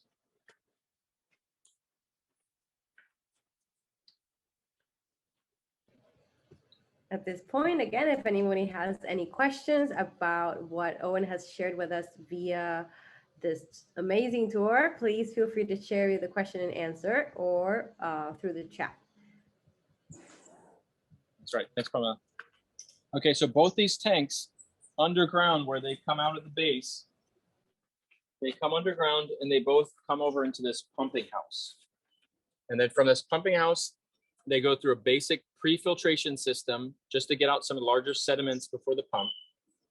And then we've got this compression tank. And then from here, the water goes out into different directions. Goes towards the greenhouse, also goes towards a bathroom and supplies water to the toilets. And it also goes to a filtration system where we're actually purifying rainwater and consuming it. So I'll show you that in just a second. So let's check it out. First of all, it's important to protect pumps. So we just built this little housing here to protect it from the rain and the sun. This is a larger 3/4 horsepower pump, which is good enough to supply water to multiple places at the same time. So we can have somebody flushing a toilet and irrigating all at the same time. So what are some of the main things we're looking at? We've got the water comes up from underground, comes into the pump, and then from the pump, it comes out and it interacts with this compression tank here and with this pressure switch. So the way a pressure tank works is it's kind of like a savings account in a sense. What happens is the pump turns on and it supplies pressurized water to the greenhouse or irrigation system or whatever you're doing. And then once you stop irrigating, it takes the extra water, it continues to build up pressure in the system. And it uses this tank to build up pressure. So the tank has air in it. And as the water is getting pressed in there, it compresses the air and builds up. And then eventually, once it gets to a sufficient pressure, the pump cuts off. And then later on, when you turn the hose back on, the pump doesn't have to kick on immediately. So pressure tanks help to protect pumps from having to constantly turn on and off. I'm going to give you a demo that'll help clear that up. Real quick, just want to point out, this is a pressure switch. So if you have a pump and a pressure tank, it's really important to have a pressure switch. You can put this at different settings. So it decides the minimum and the maximum pump that's going to influence whether the pump's turned on or off. So when you get to your maximum pressure, which I think for us is around 40 PSI or so, it's going to turn off the pump and give the pump a break. And on the other hand, once the pressure gets low enough, I think for around 25 PSI or so, then it's going to turn on the pump. This is just a meter just for us to measure and observe what's going on. This little piece here, this is an emergency pressure release. This is important to have on a pressurized system. If this pressure switch ever stops working and the pump is just going and going and going and building up pressure, imagine it goes past 40 PSI, it goes up to 60, 90, 100 PSI, and the pump's just cranking away and building up pressure. This will start to discharge water once it gets to a maximum pressure. And you can purchase these with different cutoff points. I think this is a 90 PSI emergency release. So if the pressure ever gets up to 90 PSI, it's going to start spitting out water and discharging here and protect the pump from overheating or exploding or something. So let's do a little demo. What we're going to do is I'm going to go and open up a valve where we have pressurized rainwater. First of all, you're going to see it's got some nice pressure. And what we're going to observe is that at first, the pump won't turn on right away, because in the very beginning, we're going to be using up stored pressure from this tank here. Okay, it's kind of like our savings account. So let's go check that out. Walk over here and see.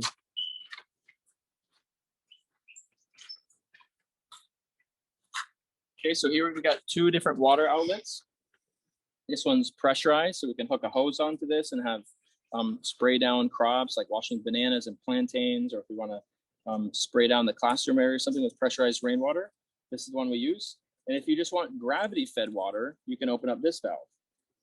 It's always nice to have two options if you have a pressurized system, because you never know, the pump might break, or maybe you have an interruption in your electrical source, and or you're doing maintenance on it, something. So you want to make sure you always have a way of getting water out of the system, even if the pump were to break.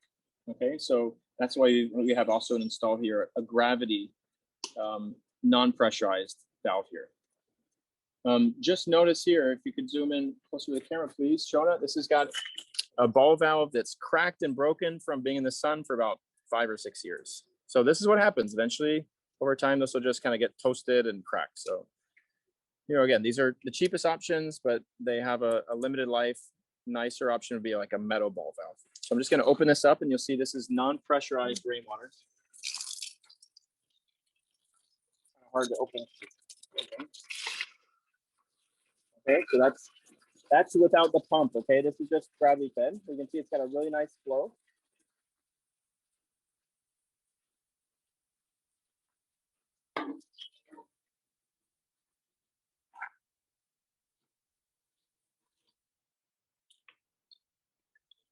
So it's a nice gravity fed option there for filling up a watering can. And then this is and that's, you can expect that kind of flow rate off of a non-pressurized system. So it's important to point out, right? We're talking about pumps and all this stuff. Cool, it's great to have pressurized rainwater for irrigation system or for supplying water to your house, but it's not necessary. You can still get a lot of use out of a simple non-pressurized system. Okay. Now this valve here is going to be the pressurized rainwater. We're going to see it's going to have a good flow. The camera.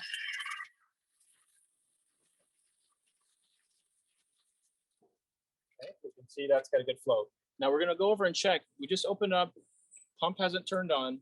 I'm going to leave this open for a minute, and what we're going to see is that it's going to be discharging water with pressure, and it's going to be a few moments before the pump turns on. So we'll check that out now.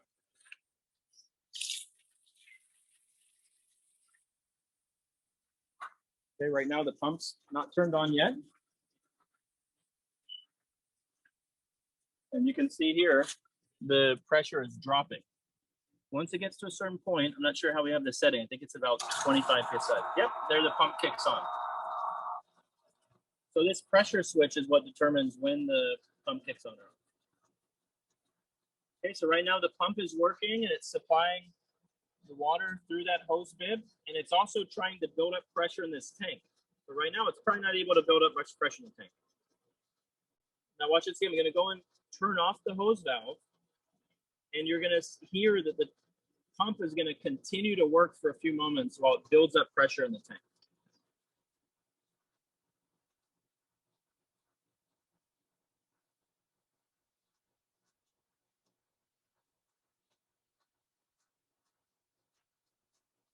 Okay, just turn off the hose. Now it's building up pressure in the pressure tank. It'll be like our savings account. Keeps working for an extra few minutes, and once it gets, let's see, it's coming up on 40 PSI.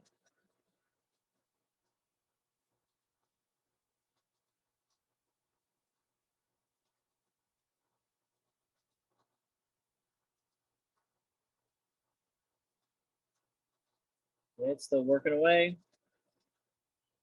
So it's about 45 PSI now. Okay, it looks like it cut off at 45 PSI. Okay, so it built up all that pressure in this pressure tank. Okay, and now next time we open up the hose, the pump won't have to kick on right away. So again, what's the point of that? It's basically to protect the life of the pump. Pumps do better running for 30 seconds or a couple minutes at a time. But every time they have to turn off and turn off, turn off and turn on and turn off, on and off. That decreases the life of the pump. So that basically this pressure tank is to help extend the life of it. So that's kind of some of the key elements here. Let's look at this pre-filtration system here. We've got water before it goes into the pump. Before it goes in the pump, we've got this Rusco spin down filter. So this just gets out some of the biggest sediments and stuff. You can see that this is getting some sun exposure. It's got some algae. But the cool thing about this kind of filter is that you can shut off the water valve, open this up and drain it, and then unscrew this. And you can take this whole filter component out and clean it carefully with a brush, or you can leave it soaking in water with a little bit of bleach. And that'll take care of the algae and the sediments and stuff, and then put it back in. So it's pretty cool because it's got that ability to clean it, whereas some of the carbon filters and things like that they sell on the market, you can't really do any kind of maintenance on it. So this is in the presentation we go back, I'll show you more, but these filters come in different grades. So before the pump, it's good to have like a 250 micron filter, but you can also increase that to like 500 or 1000 for even more filtration, like before a drinking system. Okay, so basically this is supplying water to a greenhouse and also to the toilets in the teaching center. And then we have a system over there where we take it through further filtration. Any questions? I'm gonna shift in a minute and talk more about filtration, but any questions about what we've seen so far? Yes, we do have one open question from Davinia. She is asking us, have you ever built a rainwater harvesting system and connected it directly to a hydroponics system? That's a good question. I have not personally, but I think that you should be able to do that. I think it should be fine. I think that a pre-filtration system like this with a 250 grit filter before it goes into the pump, and then after the pump, I think it'd be good for you to take it through another 2 more stages of filtration, like a 500 or 1000 grit filter, just to get out some of the sediment so that you don't have too much sediment buildup. But I think that would work fine. I think you could definitely send rainwater into your hydroponic system. Yeah. Awesome. We have no further questions at this point. Encouraging everybody that's still tuning in to share any questions about what they have seen, or maybe about anything that they might have already. Maybe you have something set up and you want to maybe take it to another level. So now is the time. We have a subject matter expert in our hands. So take advantage of the opportunity. I think we can continue on, and then if we have any questions, I will be sharing with you. Okay, sounds good, Pamela. Great. So we've also got here, we have a system that's still under development. We haven't hooked it up yet, but we have 4 barrels. They're all hooked up. And this is a homemade filtration system. So in this first barrel, we have layers of gravel and sand in the first 2 barrels. And then the third barrel has biochar that we made here on the farm. So biochar is like kind of like charcoal, but it's made here on the farm. And it helps filter out the sand, and the gravel helps filter out sediments and stuff. The sand also forms like a layer of what they call biofilm. So it's kind of like a layer of like algae kind of material on the top of sand, which helps to trap some of the microorganisms. And then the biochar also helps trap microorganisms. So this is like a filtration system. We haven't hooked it up yet, but it's a pretty cool homemade system that's under development. And I'll take you over and show you some other water filtration systems that we've purchased and hooked up, so you can check that out.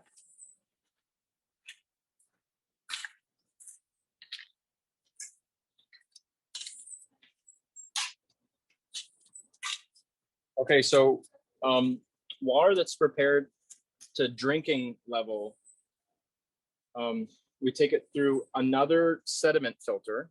So here, and this one actually you can see the brand, it's Rusco, R-U-S-C-O. So this is called a Rusco spin down filter. And you can see this one also has algae buildup for the sediments and stuff. And This one I think is a 500 or 1000 grit. So this is a little bit finer, filtering out even smaller sediments. This is a basic carbon filter that you can purchase in hardware stores. This is really readily available. This, unfortunately, you can't do maintenance on this filter. It has a certain lifespan, certain number of gallons, certain amount of material it can collect, and then the water starts to pass through it very slowly, and it doesn't work as effectively. So once this is reached its maximum capacity, you just have to unscrew this and replace the filter.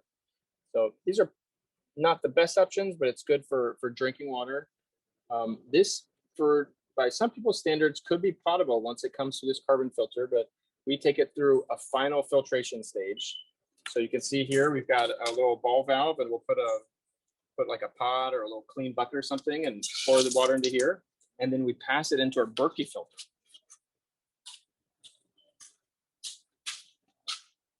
So this is a Berkey filter. This is one of the best filters on the market. This has been around for decades.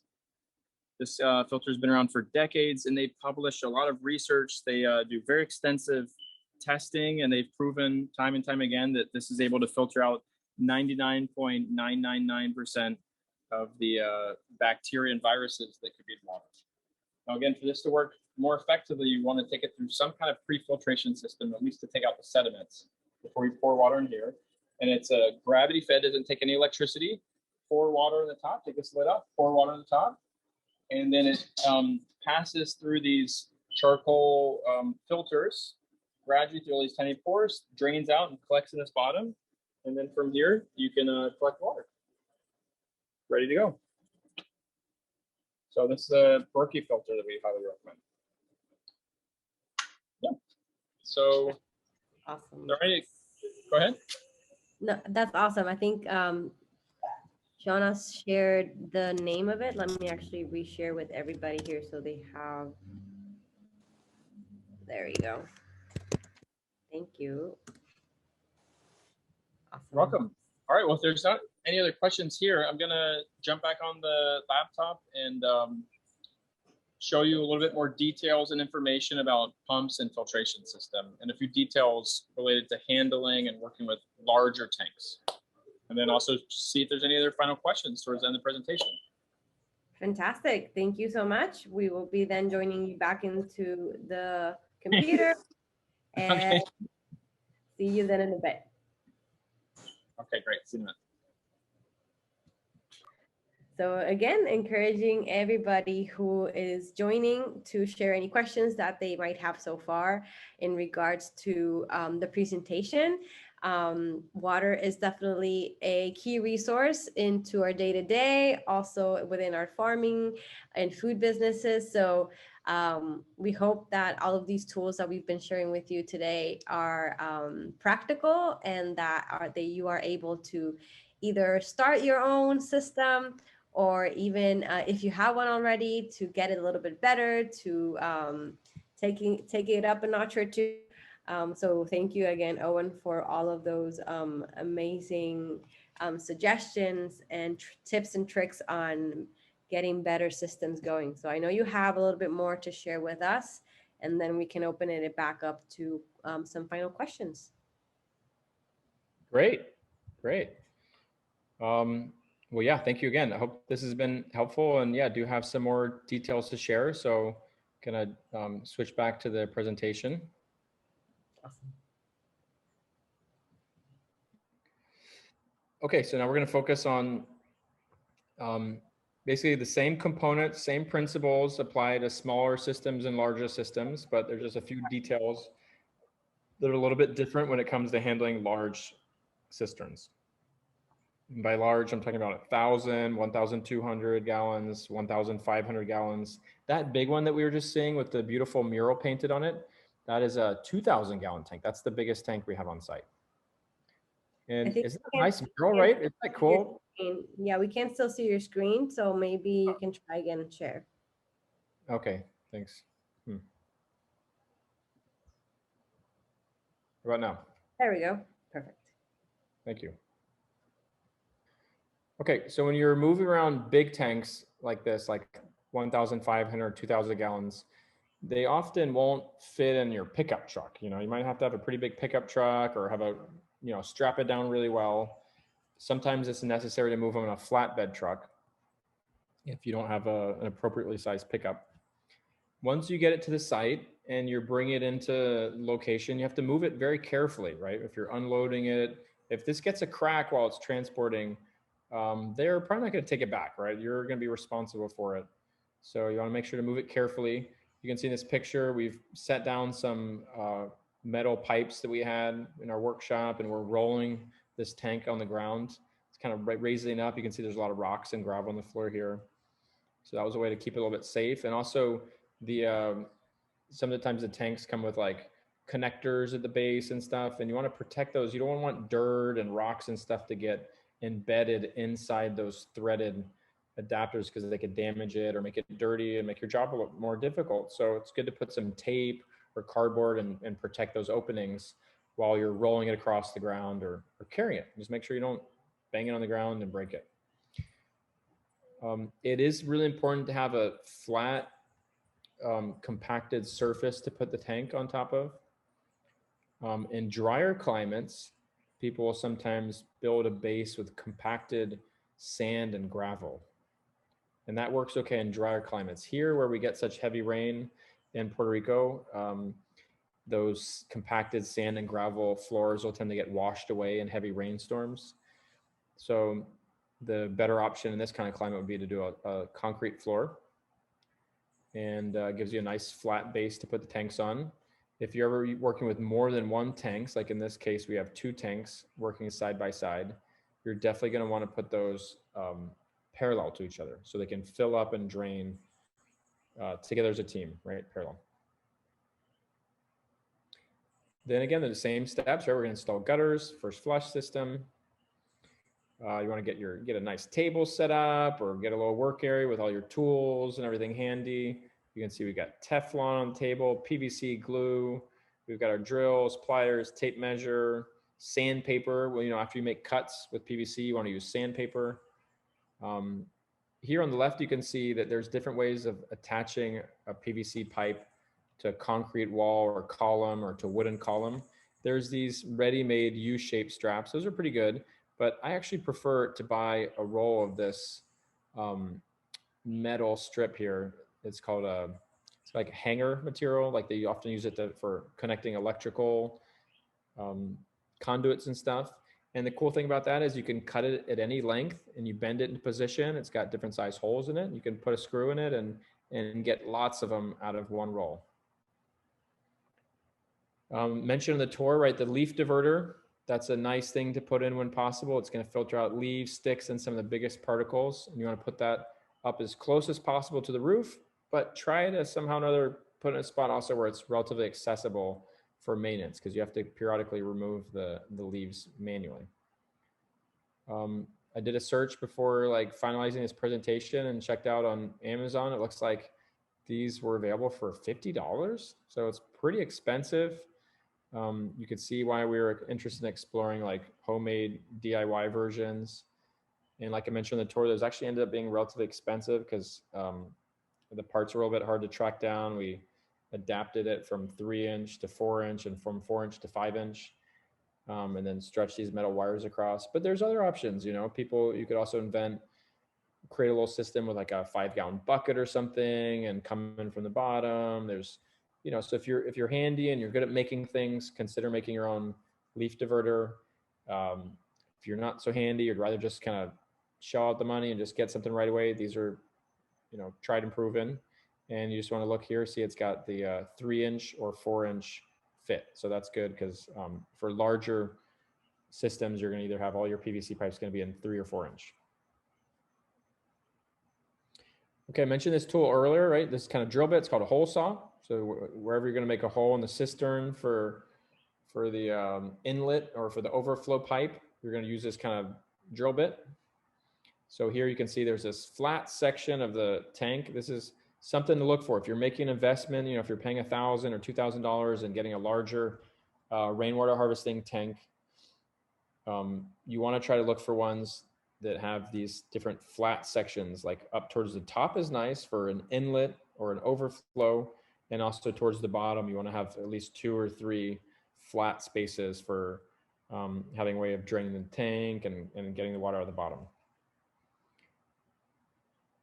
Once you drill the hole, you're going to use a knife or sandpaper and clean up that edge. And this is a part here called a bulkhead tank fitting. You can see here they're quite expensive when you're in the 3 or 4 inch size range. That's another reason for trying to combine the inlet and the overflow all through the same hole, because every time you pop a new hole in there, you got to shell out another $30 for these tank fittings. Anyways, going back to this detail, so you're going to put the threaded side in, and it's got like a rubber gasket that you're going to have on the exterior. And then from the inside, you have to reach in and tighten it up as best you can. That's a little bit awkward sometimes. Sometimes somebody's got to jump in and climb inside the tank, which could be a little bit uncomfortable. You got to get somebody a little skinny and squirrely that can jump inside there and do that job. Or sometimes you can reach in through the lid and reach in with your arm and tighten that down. But it's a little bit awkward. And then you want to put a little bit of waterproof silicone on the exterior edge. So the rubber gasket really should do the job, but a little bit of waterproof silicone can help create a better seal.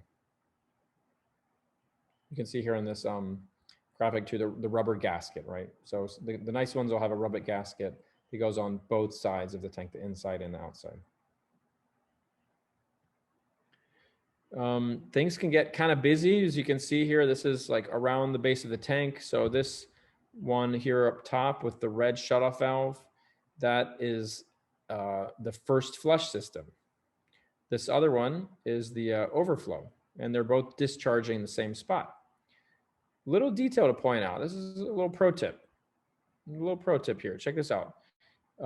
Here we've got this first flush system is in 3-inch PVC. And what we learned is that those threaded caps, people are less likely to go and open this up and drain out the first flush system if they have to deal with those threaded caps. They're a little bit annoying to unthread. And sometimes you get yourself wet when you're doing it too, because like when it's like halfway done and it like starts spraying out water all over you. So the shutoff, the shutoff valves are much easier, and it's more likely that people are going to drain the first flush systems on a regular basis. But in a 3-inch shutoff valve, first of all, they're very difficult to find. Your local hardware store is not going to have them. You're going to have to go to like a specialty shop. Hard to find. And 2, they can be very expensive. They could cost $30 or more for a 3-inch shutoff valve. So we realized that this is a pretty nice solution. You can have the majority of your first flush system in 3 inches, and then you can do an adapter and drop it down to 1.5 or 2 inches, and then put on your shutoff valve in a smaller dimension.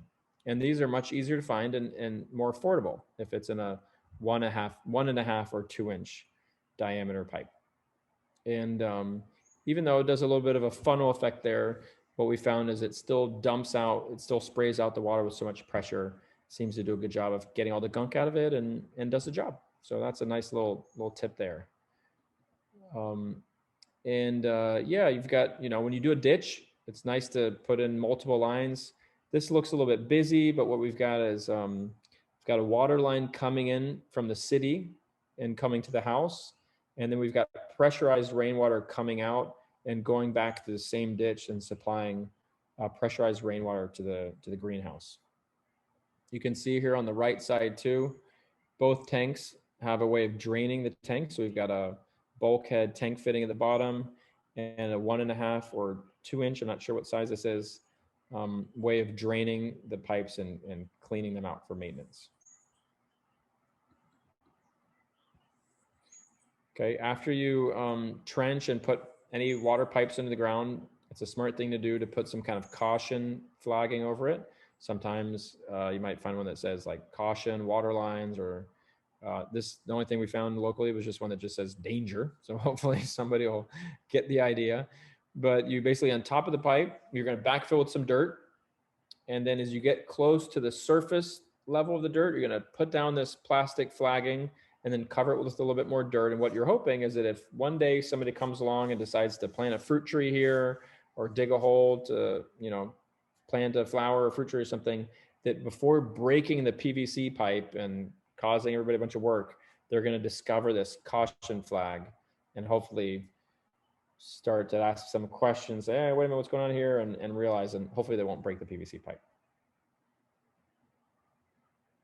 It's important to label, right, any faucets or any hose bibs that you have with unfiltered, non-potable rainwater. It's very important to put a sign here and make sure everybody knows they can't drink this water. You know, you never know. You might have somebody cutting the grass and they come over to freshen up and get a little water from the hose and they could get sick. So it's our responsibility to make sure to clearly label things. And here it's just mentioning the two options, the gravity and the pump option side by side. That's a really cool thing to do. If you've got a pressurized rainwater system, remember, you always want to build into your design some way of getting water out without the pump in case your pump ever breaks. Okay, here's a basic schematic for rainwater harvesting system. This doesn't have all the details, but it's kind of a good review. You got your catchment surface. You've got a leaf screen below your gutter. First flush system of some sort. Here they've got some kind of device, but you guys saw other simple ways to do that. Goes into your tank, right? Not drawn in here, but you'd have an overflow somewhere because this is going to get, tank's going to get filled up during a heavy rain. You got to have a way of managing the excess overflow water. Check valve. Check valves are important to make sure that the water only goes in one direction and can't come back. So it's important to identify there's certain places where you want to have a check valve. This sketch also doesn't have it, but I would insert here a pre-filtration system before the pump. It could be one of those Roscoe spin down filters with a 250 grit filter. You got the pump and the pressure tank. And then from there, it's coming out pressurized water and going in different directions without going through any additional filtration. You can take it towards irrigation or for hosing down stuff. But if you're going to be bringing it into your house and using it in the bathroom or anywhere, basically anywhere other than the toilet, you're going to need to take it through additional filtration. Okay. Now you can, if you want to take advantage of rainwater in your household without having to go through, you know, have all this extra filtration system, just hook it up to your toilet. Hook it up to your toilet and put a pressure bib outside in a couple spots for hosing down the car or for hosing down the balcony of the garage or something, washing produce, or for irrigation. No more filtration required. It's a great option. Now, if you are going to go through the process of filtering water for your household to consume it, could work, but you just got to make sure you know what you're doing. You got to make sure you're careful to make sure that you actually have potable water coming out at the end. So we'll talk more about that soon. Here's another system getting installed here. You can see in the back right behind the pressure tank, another Roscoe spin down filter. That's a pre-filtration before the pump. Then we've got the pump, pressure tank, water comes out. And then this is kind of interesting because here on the left, we're taking the water through additional filtration before going into the bathroom. But before taking it through this extra filtration, we put in a T here and we divided this other water line that's coming out the bottom here with this blue ball valve. We sent this other pipe going towards the toilet and going towards the gardens so that we could easily, you know, so that we could use this water without needing to filter it in the toilet and for irrigation. What's important about that? Well, what's important about that is that all these filters have a certain lifespan. They can only handle so many thousands of gallons of water before you have to replace them, et cetera. So if you pass all the water that you're consuming through all this filtration, you're going to reduce the lifespan of the filters. So uses like flushing a toilet or watering a garden that don't require that filtration, separate that out and you'll protect your filters for longer. Very important here, this little detail, put a ball valve before going into the filtration system. It's important to be able to shut this off and then open up these Roscoe spin down filters, do maintenance on them, clean them out and put them back on. Okay, and then here on the left, this is a larger carbon filter like they sell in hardware stores. These are pretty common. And yes, these have a certain life cycle, certain number of thousands of gallons that they could process before they have to get replaced. So that's why it's nice to at least pull out some of the bigger sediments before you go into that. Okay, pressure tank. We talked about this a little bit already. I don't think we need to go over that again. Basically, it's for extending the life of the pump. There's some little diagrams of how it works, different kinds. Some of them have a actual diaphragm. Most of them just have just an open compartment where the water starts pressing up against the air and building up pressure. Pressure switches, we talked about these already. Just want to call your attention to the fact that when you go to purchase them, you want to look at the range of PSI that they permit. So this one up top here, this is more of like what we're looking for. It's got the range of 30 to 50 PSI. This is a pretty good option. This other one, a range of 5 to 65 PSI. That's a big range. It's about twice the price too. More expensive because it has this broader range it covers. Usually we kind of set ours between 25 and 40 or 45 PSI. Once the PSI goes below 25, you'll start to notice it. You know, if somebody opens a faucet or opens the hose at the same time, you'll notice that the water flow won't feel adequate. And over 50 or 60 PSI, you start running into the risk of things breaking. Sometimes you'll get leaks in your sink, and toilets will start leaking water and stuff like that if the pressure is too high. So nice range is about 25 to 45 PSI. Okay, here's another system. This is actually a DC pumping system. You can see here on the left, the electrical pressure switch. So this runs back to the pump, and it cuts off the current to the pump when you've reached sufficient pressure. Another important element to add to a pressurized system that we didn't talk about during the tour is a float switch. Okay, a float switch is an important. Float switches are important to protect your pump from working without water. Okay, so let's just imagine that you're irrigating your garden, and without noticing, your tank gets all the way down to the very bottom. There's no more water in the tank, and the pump is working, but there's no water in it, and it's working, and the pressure switch is indicating, hey, you haven't reached 45 PSI yet. You got to keep working. Pump's working. It can't reach the PSI because there's no water in it, and it could just go like that for hours, and it could burn your pump and ruin your pump, and you have to buy a new one. So a float switch is kind of like a security measure to protect you from running that kind of situation. And what it does is it deactivates the pump when the water level in the tank goes down to a certain level. Okay, so it's kind of, there's this mechanism where basically if there's enough water, it tilts upward and allows electrical current. But once it goes down low enough, it kind of flips over, and there's this little ball inside that moves, and it cuts current and protects the pump. So these can be purchased for pretty cheap. You can get them off the internet or larger hardware stores or plumbing places that work with water supply equipment. And where is that going to come into your tank? You're going to look for a spot towards the very top of the tank. Puncture a little hole there. It could be small, like a 1/2 inch or 3/4 inch electrical conduit. And you're going to bring it into the top of the tank and bring that cable in there and dangle it down inside the tank. And you have to basically play around with the length of that cord until you get it just right where it'll flip down when the water level's towards the very bottom.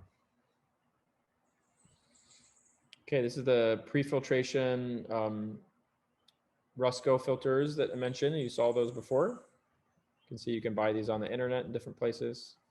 And you can get these replaceable filters for quite cheap. And again, you also know that you can clean these out. It's got different sizes, like 100 or 250 is good for pre-pump. And then for after pump, 500 and 1,000 sequentially is good for filtering it. Additionally, before going into a drip irrigation system, sometimes drip irrigation systems will get clogged if you have too much sediments in it, or before going into a carbon filter or Berkey filter or water distiller or something like that. Okay, I think we talked about this quite a bit already. Just little construction details here. You can see they're getting mounted on the wall and stuff. Another cool option for pre-filtration. This is in a house I visited once. It's a 2-story house. And so at the top story below the gutter, they set up this barrel with layers of gravel and sand. And they've got the water falling into it right out of the gutter. And it comes, you know, goes through these layers of sand and gravel. And at the very bottom of the barrel, they had the outlet that went out and then dropped down below and went into the cistern, which is down on the first floor. So that was a pretty cool way of filtering it. Really, really good way of filtering the water before it goes into the tank. But for this to work well, you have to have that gravel and sand raised up quite high. So in this 2-story house, it worked out pretty well. If you only have a 1-story house, it'd be a little bit more tricky. You'd have to have some way of like suspending that up in the air, and it's so heavy. It'd be a little bit tricky to do, but could work out. Just want to share with you this option. I mentioned this, the check valves. This is important to put sometimes in certain positions of the system, especially if you have pipes that go into your house and you want to have the option of having water come either from your rainwater harvesting tank or from your municipal water. And this is good to keep rainwater from going back into your municipal system. And those usually get threaded on. You can see the Teflon tape here. This is a good use of Teflon tape. You've got PVC threading into a metal female adapter. This is one of those universal connectors I mentioned earlier. Cool to put these anywhere where you want to have the option later of separating something. Like this is nice to have before and after a pump or close to a pressure tank. So if there's ever something you think you might want to replace or repair, the advantage of this is that you won't have to cut the PVC. You can just unthread it and disconnect.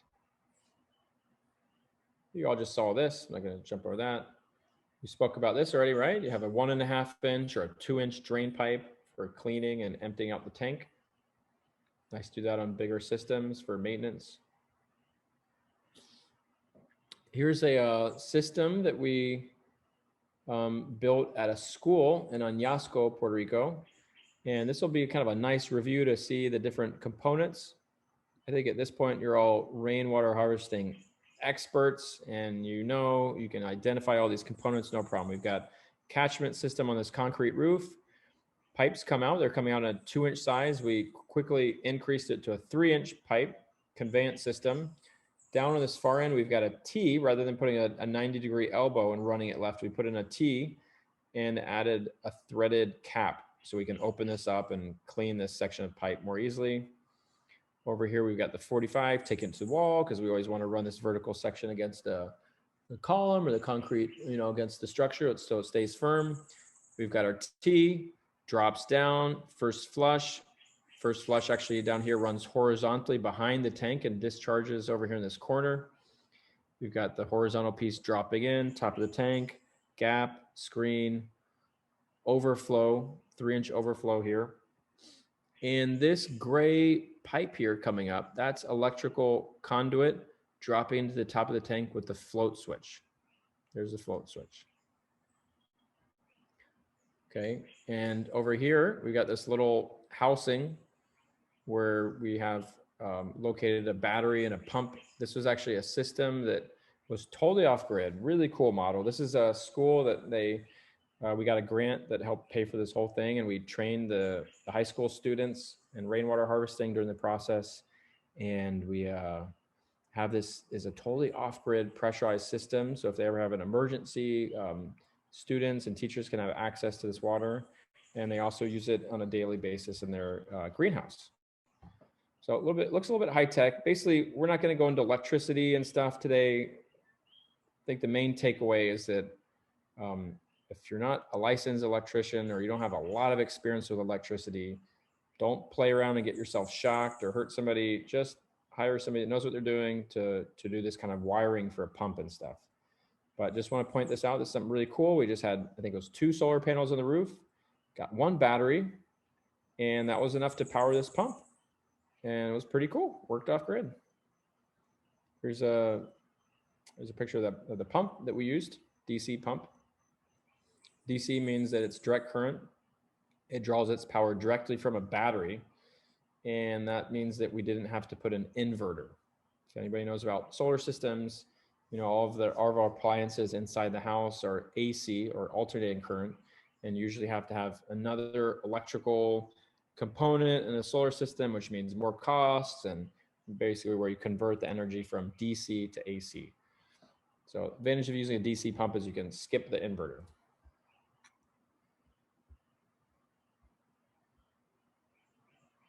Okay, we're gonna check this out, right? The 3/4 inch horsepower. This is an AC pump, right? It's working with alternating current. It's important for pumps to have a shutoff valve, right? So this is just a simple on-off switch that the electrician installed. Lets us cut electrical current from the pump in order to do maintenance repairs. So that's pretty obvious, but an important thing to do. This is important, a pressure reducing valve.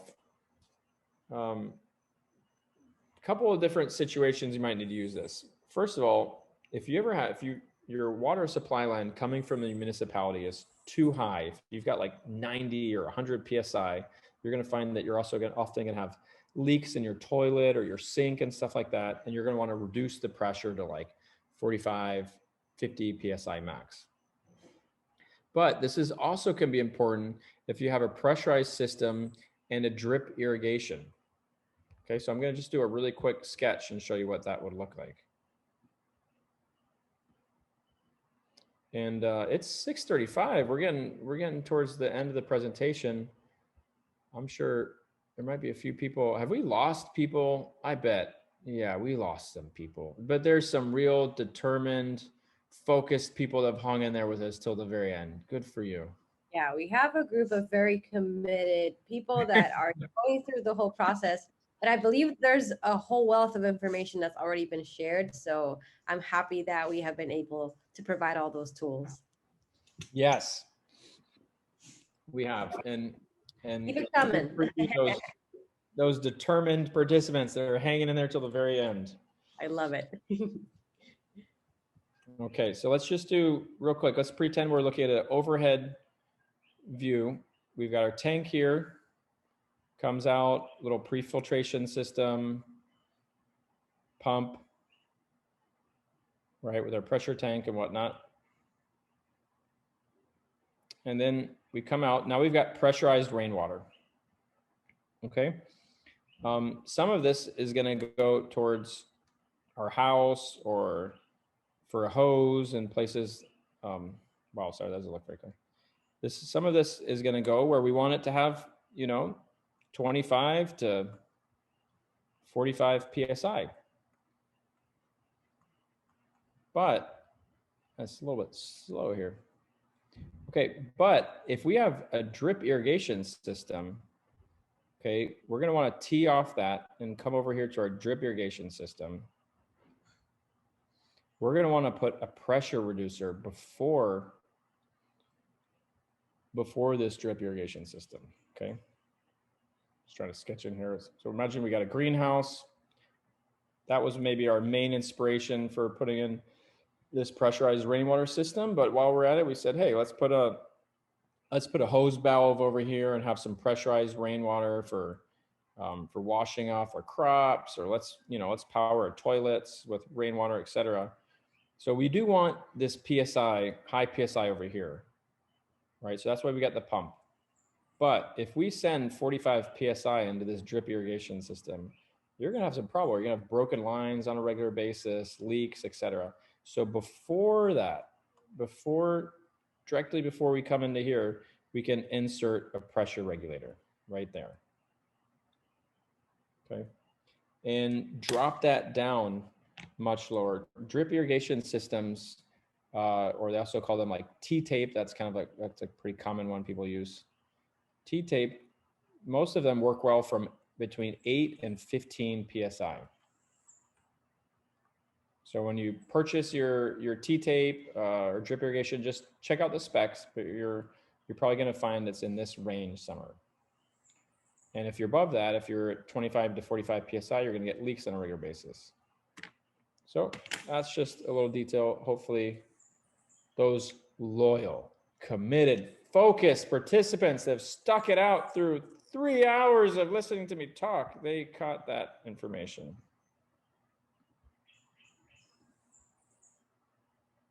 And I'm just trying to have fun so I don't get loopy, but I'm certainly not picking. Don't get me wrong. I'm not picking on the people that had to leave earlier.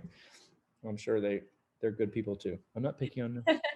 We're not judging. We're not judging. I'm not judging. Just giving a shout out to the people that have stuck it out at the end. So if you buy a pressure reducing valve, make sure, well, so first of all, up here, this says 3/4 inch. Depends on what size PVC you're working. You might be working 1/2 inch or 3/4 inch PVC. Just make sure you get the right size. And this is gonna have a threaded adapter on the entrance and the exit. Make sure if you install this, you put it with the water going in the right direction. See that little arrow at the bottom? That's the direction the water goes in. So make sure you hook it up the right way. And when you're purchasing these, they have different ranges. Okay, so some of them, so if you wanted to drop the pressure down really low for a drip irrigation system, make sure you get the right pressure reducer for that can go down really low. Okay, some of them may only go down as low as 30 to 30 PSI. So you want to make sure you get the right model that'll work for that. And up at the top here where there's this blue arrow, this is how you make the tweaks and make the adjustment and raise or lower the pressure. How are you going to know how much PSI you have coming out the other line? This little screw is not going to tell you, but you have to install, and you can buy these little pressure valves, pressure meters that you can screw into like a hose bib, and you can just check it out. So you open up the line, see how much pressure it has. If it's too low, if it's too high, turn off the water, tighten this screw, check it again until you get the level of pressure that you work. Anyways, hope that trick serves you well. So yeah, we're getting towards the end of the presentation, but there's just want to point out there's different options for cisterns, not just these plastic tanks. You can also build a Ferrocement cistern.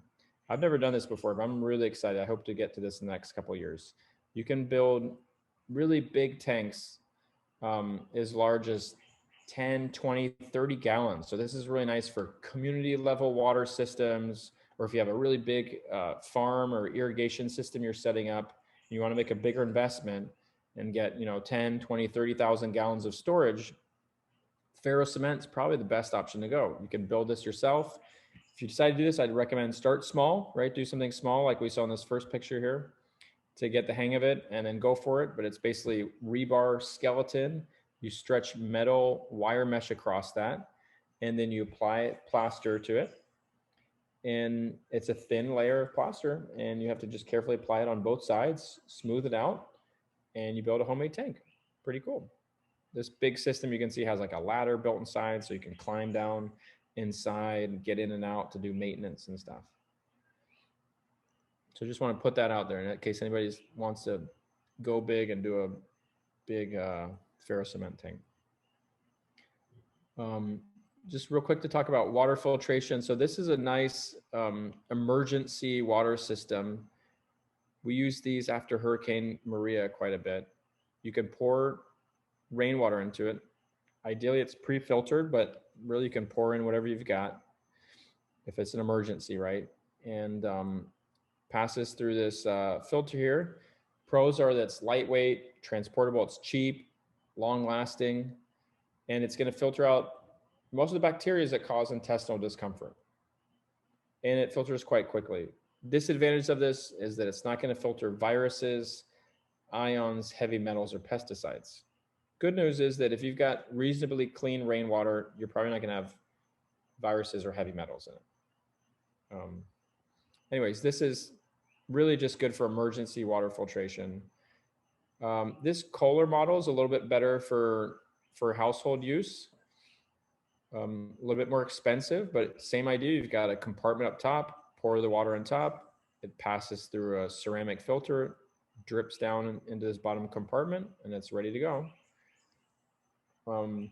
Pros, this is like a little bit more effective against removing bacteria, and it also removes the majority of viruses. And it will also remove large quantities of chlorine. So some people also use this to filter city water and reduce the amount of chlorine.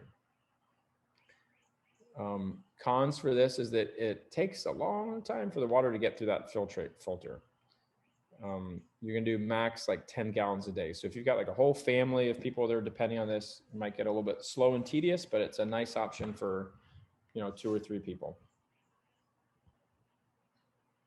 Here's the big Berkey that we looked at before, Berkey. If you want to get one of these, I definitely recommend it. This is like the Cadillac of water filtration systems. If you're really talking about drinking purified rainwater on a regular basis, or also purifying city water or spring water, this is like a really good option. It's expensive, but it's a nice investment that'll really last a long time if you take care of it. And sometimes you might get lucky and get a deal if you can find one that's factory blemished, or, so sometimes shop around, you might find one that's a little bit cheaper because it's got a little scratch or an imperfection. Like I mentioned earlier, they do really good job of publishing all their data and filters out 99.9999% of bacteria and viruses and everything else. It can be used to filter chlorine from tap water. The replacement filters can filter up to 3,000 gallons. Cons, it's expensive, right? The filters are expensive. Every 2 pieces cost $120. But again, you get a lot of use out of this.